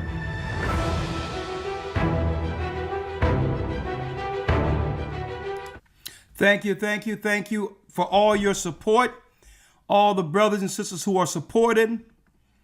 Thank you, Happiness. I would like to say thank you, Happiness, for all you do to help support the work. Blessings. Thank you, Savannah, another member. You can all become members. All praises be to the Most High. So all of your financial support towards this work, we really highly appreciate it. We thank you for all you do to help and support the elders, the deacons, the bishops, the regional elders, the officers, all the women, all the wives who have been supporting us. Thank you for all you do supporting the Gathering of Christ Church. And above all, thank you for your continual prayers. Above all that, thank you for the physical support, but above all, thank you for the spiritual support. We really appreciate it. Thank you for putting your prayers out there. All right? We really do. All right? All right, Elder Lawyer, here we go. Here we go. What's really going on? Right? We're going to do this real quick. Thank you for the 4-month membership, Judah. We love you. We really appreciate you. Here it is. Here it is, Elder. What's really going on? Well, fair use for educational purposes. What aren't they telling us? Because what's going to happen, folks, I'm going to tell you this. We've been talking about it for a long time. Gas prices right now, and petrol prices, $7 a gallon in California. It's not going down. Prices are going up. The Strait of Hormuz have been stopped. And what's going on? I'll tell you what's going on. They're not telling you that Iran have said, if you don't let us sell oil to sustain our society, no one in the Middle East will. Now, what does that do? That collapses an economy in of itself, because that takes away the petrodollar, which is the only resource the American dollar has to hold its value. See? There's no gold standard. So because there is no gold standard, brothers and sisters, it's having to buy oil using the dollar that's sustaining America's fiscal power. So if they're not going to allow oil to circulate regularly, that means the dollar devalues, and eventually it leads to what? A need for an international change in currency. The digital currency. So even though everyone is telling Trump, do not do this. This is what? Political suicide. This is financial suicide. There's no interest of America in this war where America comes out clean like they were before the war. Even though he'd been advised on every side, the state of Israel is saying, you must go to war. You must go to war. Now, there's allegations out there that maybe Epstein and all this. I'm not going into all of that because the Bible said they would go to war with Iran. And I believe that the presidency has always been a proxy seat, controlled from the outside of America. I don't believe there was ever an independence from the countries who made America. They've always been led spiritually and otherwise by the tin horns who made America. There's never been independence. So now they must pull the plug. You know why they must pull the plug? Because the children of Israel has awakened and their time is ticking against them. So it doesn't matter what the generals are saying that this is a political suicide to Trump and all these others. They have to go into the war. They must change and go into what? The mark of the beast system. Why? The mark of the beast system is their final tracking system that leads to the end desolation coming against the remnant. They have to do it because we're multiplying, we're growing, and there's no way to track God's people who will one day fulfill the prophecies given to Abraham. They must do a global net where all people are identified to eradicate what? Their enemy all at once at the very end, and cannot do so without a digital currency system where all people are at the behest under one global net. Automatically, if you don't get the mark of the beast, they'll know exactly who to target. By process of elimination, anyone who lived through what they called COVID and didn't do that, and then decided not to get to the mark of the beast, they can look at all the people who participated in Satan's plan to know exactly who to go after all at once. That cannot happen without the mark of the beast, a digital system.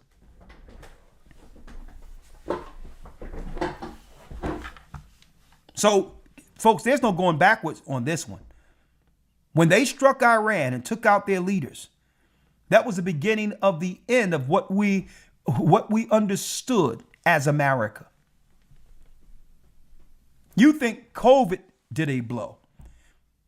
I believe that was the blow to get rid of a certain people so that they can replace the population with those who will go along with the beast system. So that you can't recognize that your loved ones have been replaced. The population didn't change, folks. They just made room for the others. Fair use. I don't know how else to describe this, a skirmish, opening battle. But, we clear the ceasefire is over. Whether it escalates beyond this, we will wait and see. Bahrain has declared a state of emergency. I think Kuwait is on the cusp of declaring a state of emergency. I think the Gulf Arab states understand. Thank you, Anthony. The consequences of America's fair use, educational purposes, precipitous action could be fatal to them. Not harmful, fatal to them. Iran has warned the United States using indirect communication methodologies are actually going to Moscow and Vladimir Putin making a 1.5-hour phone call to Donald Trump in which, fair use, according to the readout from Ushakov, made it clear that the consequences of continued American military action against Iran would be devastating for the United States, for the region, for everybody. Right now, I do think this is a containable event, but it's going to require the United States to back down. Fair use. And if the United States backs down at this junction, then the United Arab Emirates, which has undertaken extreme strategic reposturing in the past week. It's now come out that Israel sent air defense missiles to Iraq, to the United Arab Emirates, including Israeli troops operating on Arab soil. Mind-boggling. Which means that the United Arab Emirates has made a strategic decision to step away from, the Gulf Arab community and permanently link itself to the Abraham Accords, to the greater Israeli project. This is a heck of a gamble that they're making because it's one that they can't recover from. Either they win, the United States defeats, because this Israeli-UAE dream partnership can only succeed if Iran is strategically defeated. So the United Arab Emirates now is in an existential struggle. They can't accept half measures. a lot of decisions have been made for which there is no going back. And now the question is, will the United States make a similar decision? Hopefully the answer is no. Hopefully we find a way to de-escalate. But I don't think that's in Donald Trump's DNA at this point in time. Well, it begs the question what the objectives are, because again, I agree it can still be contained if they walk this one back, and the U.S. can even use it as a for PR, trying to present it as Iran being the aggressive part. But what do you think are the objectives here for the United States? Is it to, because I can see that they might want to try to push through and probe, see if Iran would allow ships to go through if they're being threatened. But it should be obvious. Yes, you would know as well as a intelligence officer. The people who are there in the U.S. These are smart people. They would know that the Iranians would not permit it. And this is fair use for educational and biblical and prophetic use only.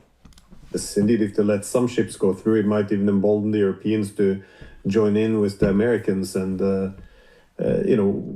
why do you think the US went forward with this? I mean, what are the objectives? Well, you say that Trump has surrounded himself with smart people. I say the opposite. Trump has surrounded himself with some of the stupidest people on the planet. There might be smart people on the periphery, but their voices are being drowned out by the stupidity whispered in his ears. You just take a look at the intellectual foundation of the American policy vis-a-vis Iran and the Persian Gulf region today is being run by the Foundation for the Defense of Democracy, which is literally an adjunct of the Israeli Foreign Ministry. In fact, when it was originally founded, it used a Hebrew name because it was an Israeli organization. But these are the people, who are writing the policy that advises Scott Bessent. The CIA is not writing policy. The DIA is not writing policy. This Israeli think tank is writing policy, which means this is an operation being run by Israel. Now we get back to originally what we talked about, the United Arab Emirates. Thank you, Drew. The Abrams Accords and the Greater Israeli Project. That's what this is all about. Scott Bessent has been implementing economic strategies against Iran, which are 100% derived from FDD, papers and prognoses. He's 100% wrong, by the way. I mean, everything he says about Iran is factually incorrect.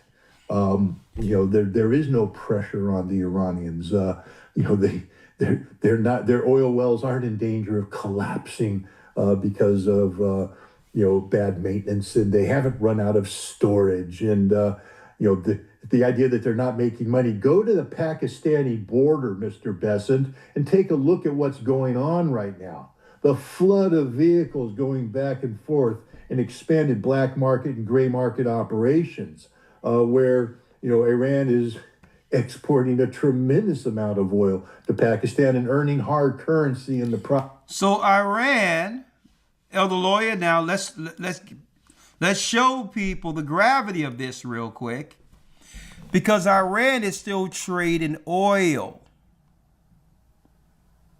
But what does this mean? If they're trading oil and not using the American dollar, and it's the oil that props up the fiat currency of America's dollar, then that means there's other countries purchasing Iran's oil without using the dollar. And because of that, if nothing to prop it up, it devalues and all the product of the United States goes up. And see, and this is what they're not telling them, Elder Lawyer, about Spirit Airlines. They'll make you believe it went under, the bailout. No. How could they have affordable flights when the fuel prices are through the roof? Right. Impossibility. That means their Spirit would have been literally taking people all around the United States for free and or have debt owing for each flight. The fuel prices aren't going to allow a discount airline. That's what took them out of business. They're not telling you this. Where eventually only the filthy rich, I'm talking about filthy rich, will be able to fly. Being flown out and all of that, brothers and sisters, that's over. The last party for America was when COVID was happening. No one was working. Stimulus checks, parties everywhere, being flued out all over the place like there wasn't a care in the world. They was allowing everyone to party like it was 1999 during COVID, knowing that they was going to put a stop to it all. They're lying to you, folks. That's not the only airline that's going under. Spirit is gone because they cannot afford to take people anymore. They can't afford it at discount prices. The fuel prices are too high. And if they thought eventually, because they have projections, that the fuel prices would go back down, they would weather the storm. They must have gotten what? They must have gotten key news concerning whether or not they could survive as a discount airline with no end in sight from the Middle East. They must have gotten some key information. You don't just fold $1 billion business overnight without even warning the people who book flights, unless someone gave you an emergency meeting and say, hey, these prices aren't going down, they're going up. Huh? Process. So the stupidity of Scott Bessent is only matched by the stupidity of Pete Hegseth, this testosterone alcoholic who is, running around pretending that the United States military has somehow won this war against Iran. I want to remind people there were 3 objectives stated by the United States going into this. Regime change was one of them. Termination of Iran's ballistic missile capabilities was the second one. And the elimination of Iran's nuclear program was the third. None of these objectives have been met. What we see is that the regime is stronger today than ever before. The missiles are there, firing right now, sinking ships, damaging ships, destroying infrastructure. And the nuclear program isn't on the table. Iran won't put it on the table. So the United States has achieved nothing but embarrassment, humiliation. Fair use. Even American reporters who've been cheerleaders for this war have to acknowledge that Iran has destroyed almost the totality of American military infrastructure in the region. So for Hegseth now to tell the president that we've got this, boss, he doesn't have anything. This is a humiliation.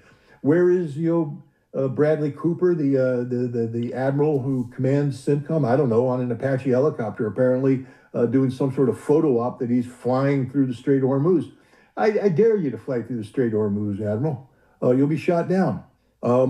This is stupidity that's taking place right now. We have people who are literally, they've invented their own fantasy world and filled it with their rhetoric, and now they're running the harsh truth. That nothing they say is true. Nothing they do gets accomplished.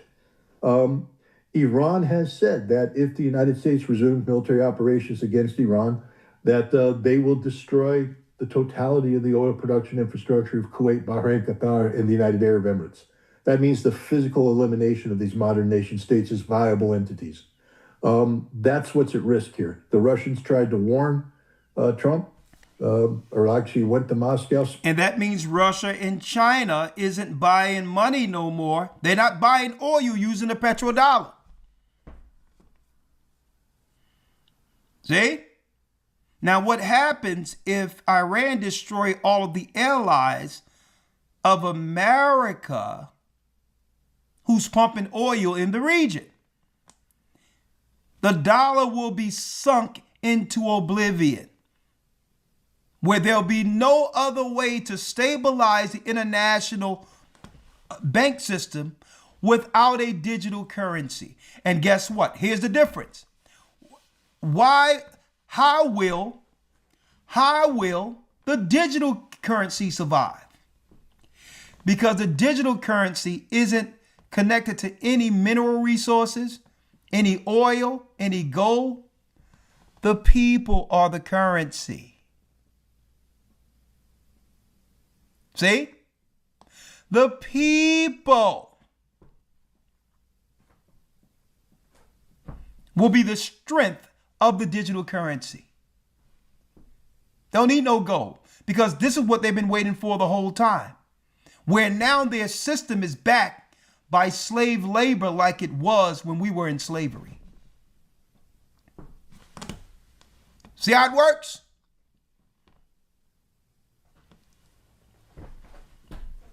So all the people with the beast in them, for the mark of the beast, will have a place to live. They'll have what? A car. They'll have a system to go to school like we've seen today, but they'll be under total compliance of the state. Total compliance. Without what? Without any power or control, but they're working in the system which keeps the digital currency going. They're flatlining the dollar and destroying the American economy as we speak, and it's never coming back.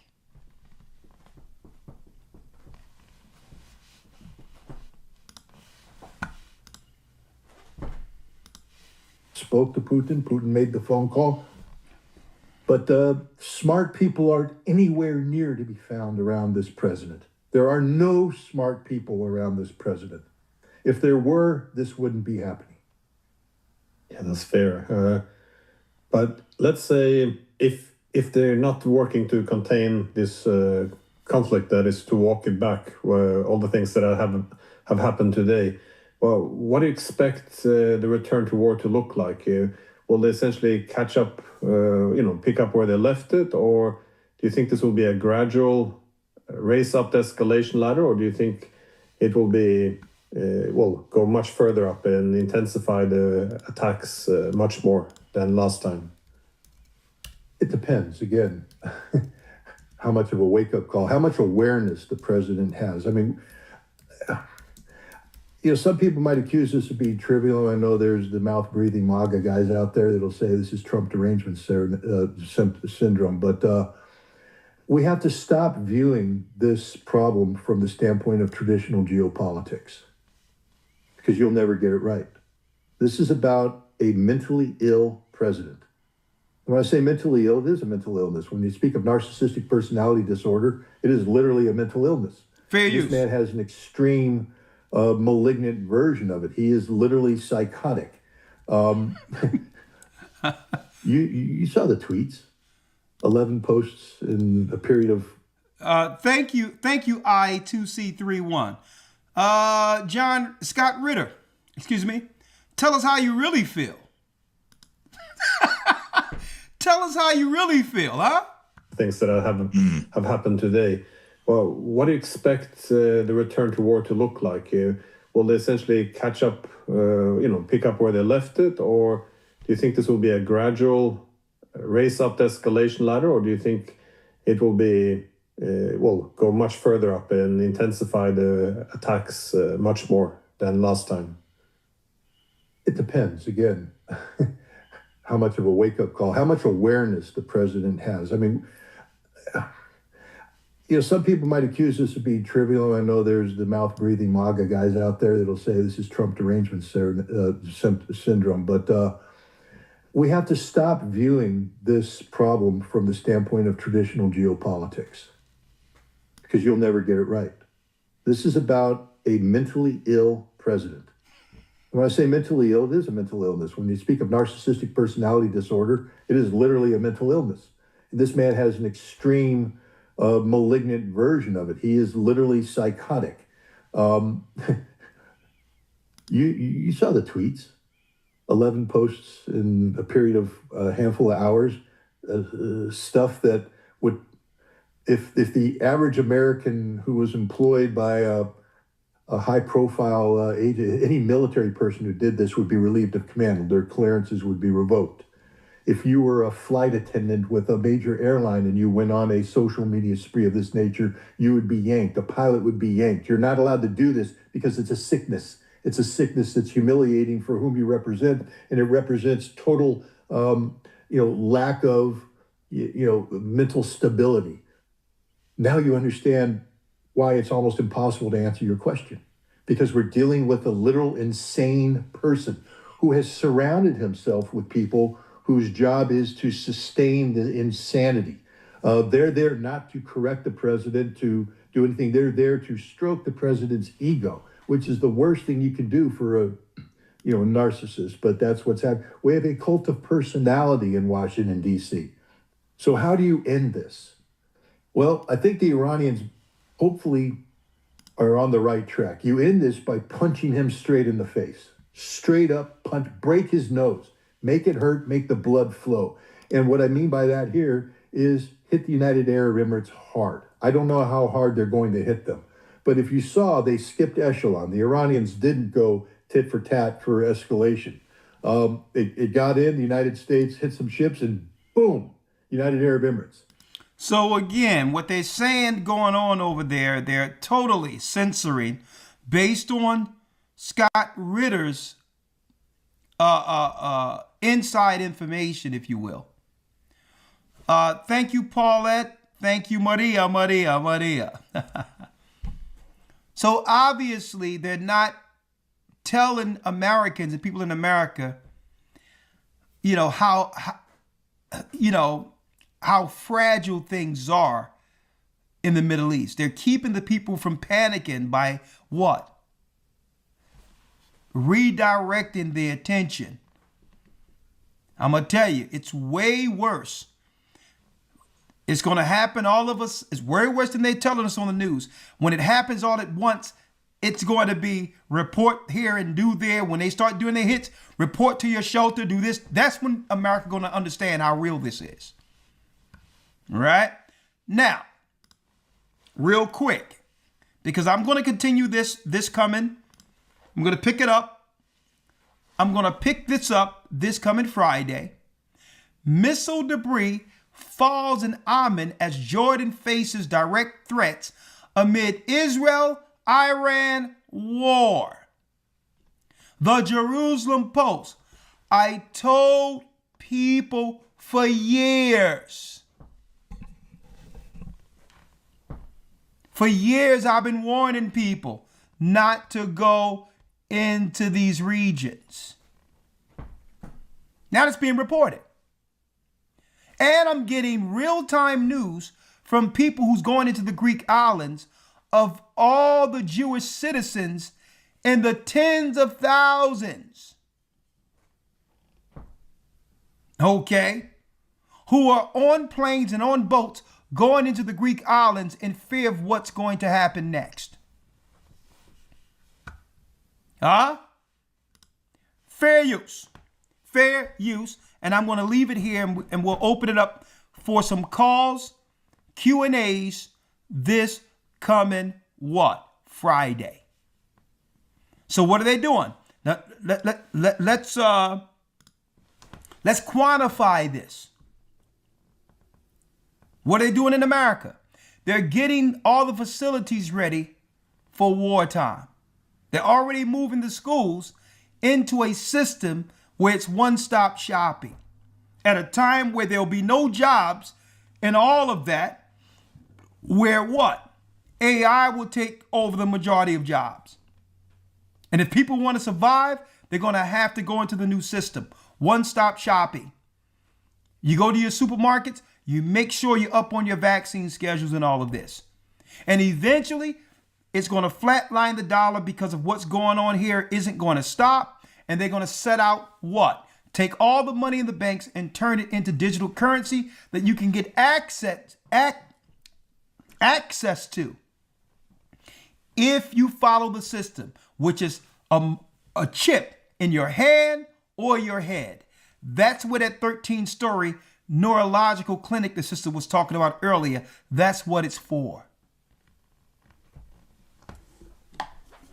No matter where you go, a federal building, whether you go on the plane, Your paperwork is going to have to be in order according to, I believe, your vaccine schedule to know if you're safe to travel around other people. But they cannot put any of these stringent rules in place unless it's wartime.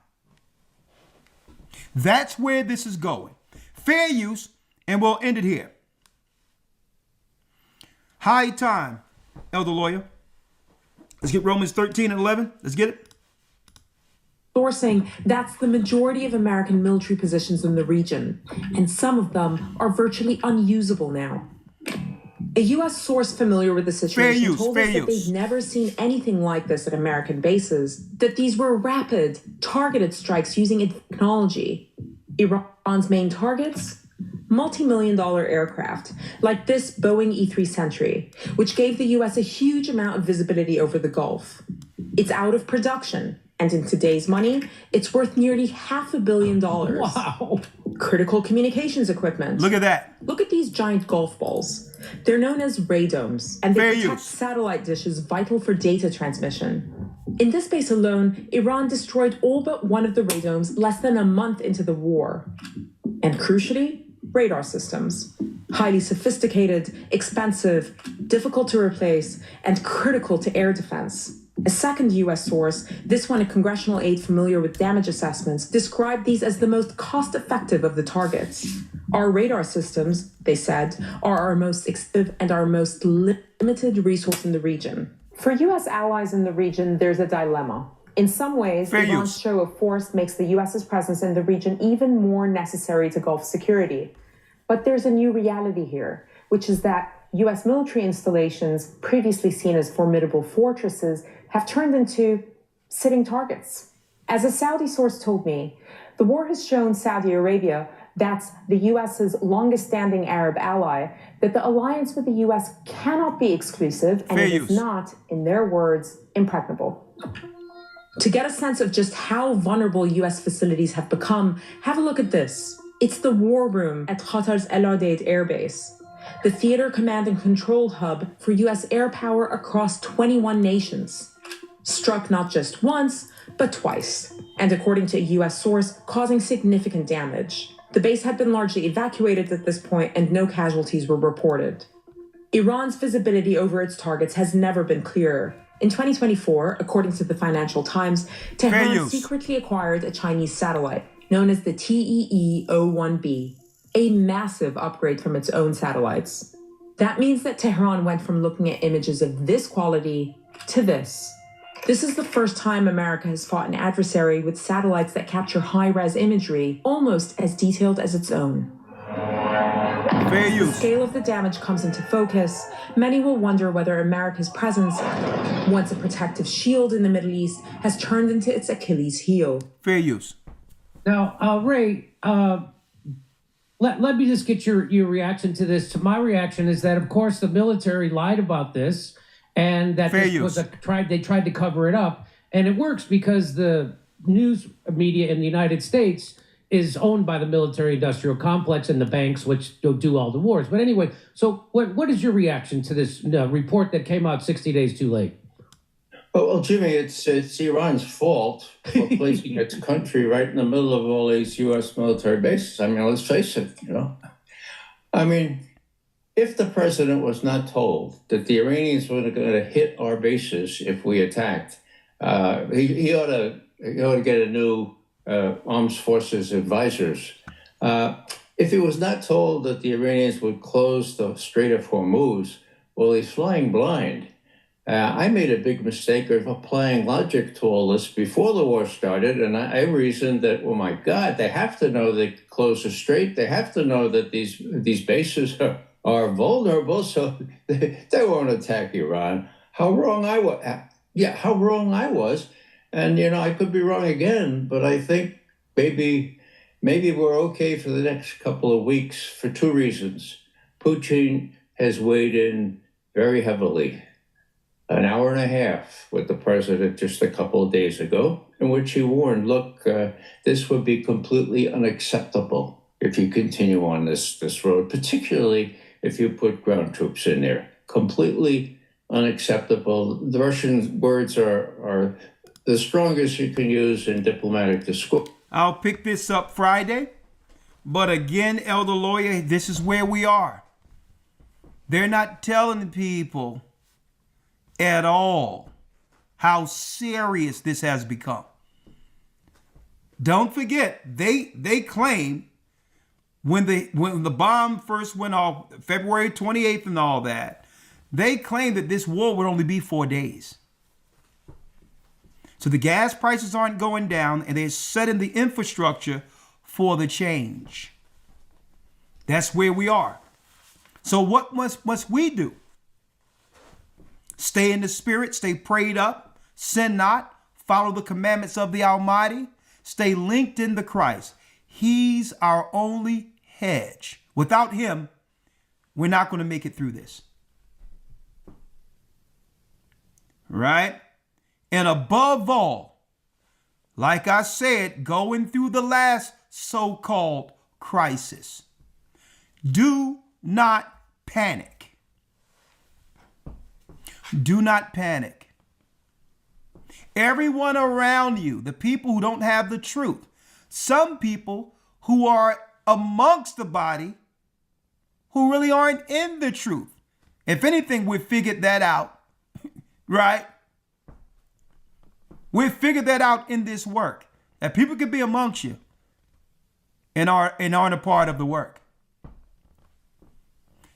Everyone is going to panic. There's going to be a spirit in the earth to try to shake the faith of saints. How do you know that those who try to shake the faith of saints are of the devil? They'll shake your faith without an alternative to survive through this. Okay, the Gathering of Christ Church, they're whatever. Okay, all right, so I will no longer listen to the Gathering of Christ Church. Okay, so what's the plan now, according to the Most High? So what's the plan? We're not going to deal with them. It's okay. And guess what? Believe it or not, brothers and sisters, I'm fine with that. I do the Bible. I've been doing this before I knew anyone. That's what and guess what? This is what we will continue to do. But don't let nobody shake your faith without saying, well, okay, well, I'm not down with them anymore or at all, right? Okay, so what's the plan? Is the plan, Elder Lawyer, is the plan is not to be with them? Right. Is that the plan? Because we're fine with it. Don't let no one shake your faith. Always see the end game. Okay. The Most High have used this church to help me, what? Strengthen my faith in Christ and to get through one of the greatest crises since the earth began that they call COVID. Right? They were there and helped guide us through. So make sure if your faith is shaken, you ask the question. All right. There was one time I wasn't listening to these guys. That's fine. I'll survive after hearing them. That's fine too. But if you're going to shake my faith, you're definitely going to tell me what's the alternative. What's the plan then? What is the plan? Because this has nothing to do with people. What is it that the Most High need me to do to get through what's about to happen? Because one thing the world know, even the enemy understand this, folks. People can say what they want. The Most High have had us in front of all these prophecies years before they have happened.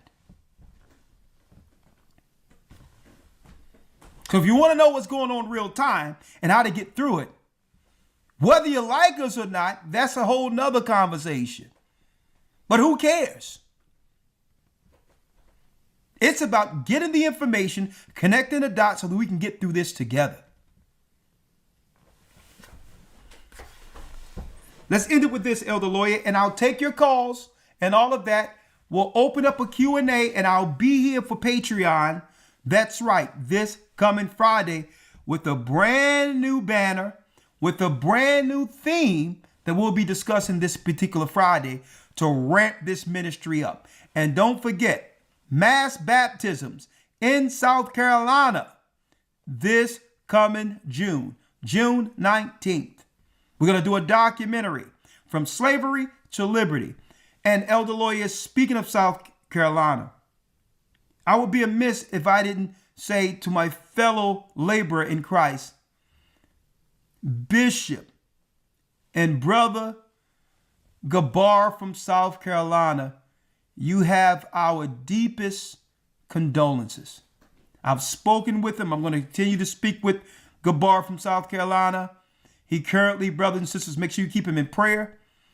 Believe me, I know the feeling. There's nothing like it in the earth. And it seemed like you want to, and I know I was looking for who to blame. He lost his mama, and you only get one of those. So I can't mention South Carolina without putting out there that, brother, you know we're with you. You're never alone. And we're going to be here through the whole, whatever you need to go through. We're here in prayer and with resources to help you through whatever you need to go through to make sure your mother is laid down in honor. You are fellow laborers. You are a fellow laborer in Christ. You've always stood your ground since the beginning of this ministry. Good, bad, or indifferent, you've always stayed 10 toes down doing Christ's work. And guess what? Christ has mama. So I wanted to put it out there. Make sure y'all put up the prayers for the brother, because I know what it is to go through that. And it's something like that, no one can prepare themselves for moments like that, losing their mother and their father. Okay, so make sure y'all put y'all prayers out there for the brother. Support him in prayer, lift him up in prayer. And brother, you know we're here for you. We love you. We love you. If I can as well, throw this in there. Yeah. Keep Brother Massar and his family as well in your prayers. Deepest condolences also to Brother Massar and his family. Again, keep him and his family uplifted in your prayers. Yes. And Deacon Massar also. We love you, brother. Stay strong. We're going through some tough times, but I'll tell you what, I thank the Most High that we can go through all of this together. The fact that all of you were here when I lost my mother and all of that, and you nothing but uplifting me in prayer and keeping me through a tough time. Let me tell you, this is what the body of Christ is all about. Massar, you know we love you. Gabar, you know we love you. Gabar from South Carolina, we really care for you. And it's going to be tough, but we're going to get through that, and we're going to do what we can to see our loved ones in the resurrection. And guess what? I want to see my family, who the Most High has waiting in the bosom of Abraham, if it's Christ's will. Mm-hmm. So we must endure to see our families again. Let's end it here, Elder Lawyer Romans 13 and 11. Read that. Yes, sir. The book of Romans 13, verse 11. And that, knowing the time, that now it is high time to awake out of sleep, for now is our salvation nearer than when we believe. We're close. Come on. The night is far spent, the day is at hand, and let us therefore cast off the works of darkness, and let us put on the armor of light. And when it says, let us put on the armor of light, cast off the work of darkness. What is the works of darkness? Cast them off, because why? It's time to see clearly. 13. Verse 13. Let us walk honestly as in the day, not in rioting and drunkenness, not in chambering and wantonness, not in strife and envying. Not in strife and or envying. When you feel strife or envy, it darkens you. Here are the work of darkness that Christ was talking about, that Christ through the Holy Spirit gave Paul. Let's see clearly. But what? But put ye on the Lord Yeshua Mashiach, or Jesus Christ, and make not provision for the flesh to fulfill the lust thereof. To fulfill it. Stay in the spirit of Christ, brothers and sisters. We are close. We are closer, brothers and sisters, than we can actually realize.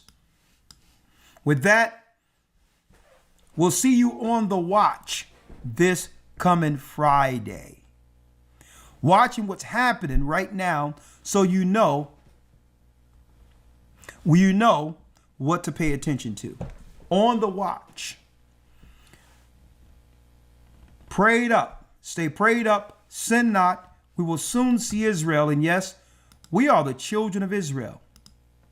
And we are back. You all have a pleasant, blessed evening. Shalom. Shalom. The Arabs and Africans told us. HistoryTimes.org. Thank you, Other. In the belly of these great ships, yes, sir. Thank traveled you. in fear. By the rivers of Babylon, we found our brothers here. Together, in Colombia, Reuben from Australia, Issachar, the Mexicans. Our highest gathering is right now. The Negroes, Benjamin, the West Indians, Levi, the Haitians. Our highest gathering is right now.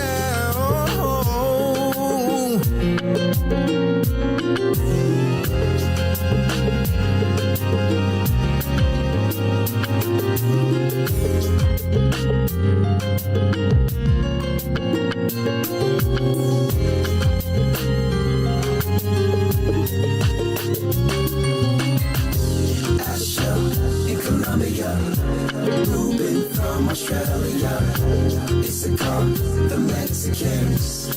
That's who we be, Judah, the Negroes, Benjamin, the West Indians, Levi, the Haitians,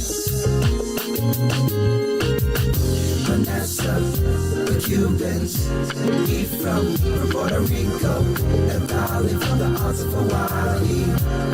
The Lord is calling back Israel.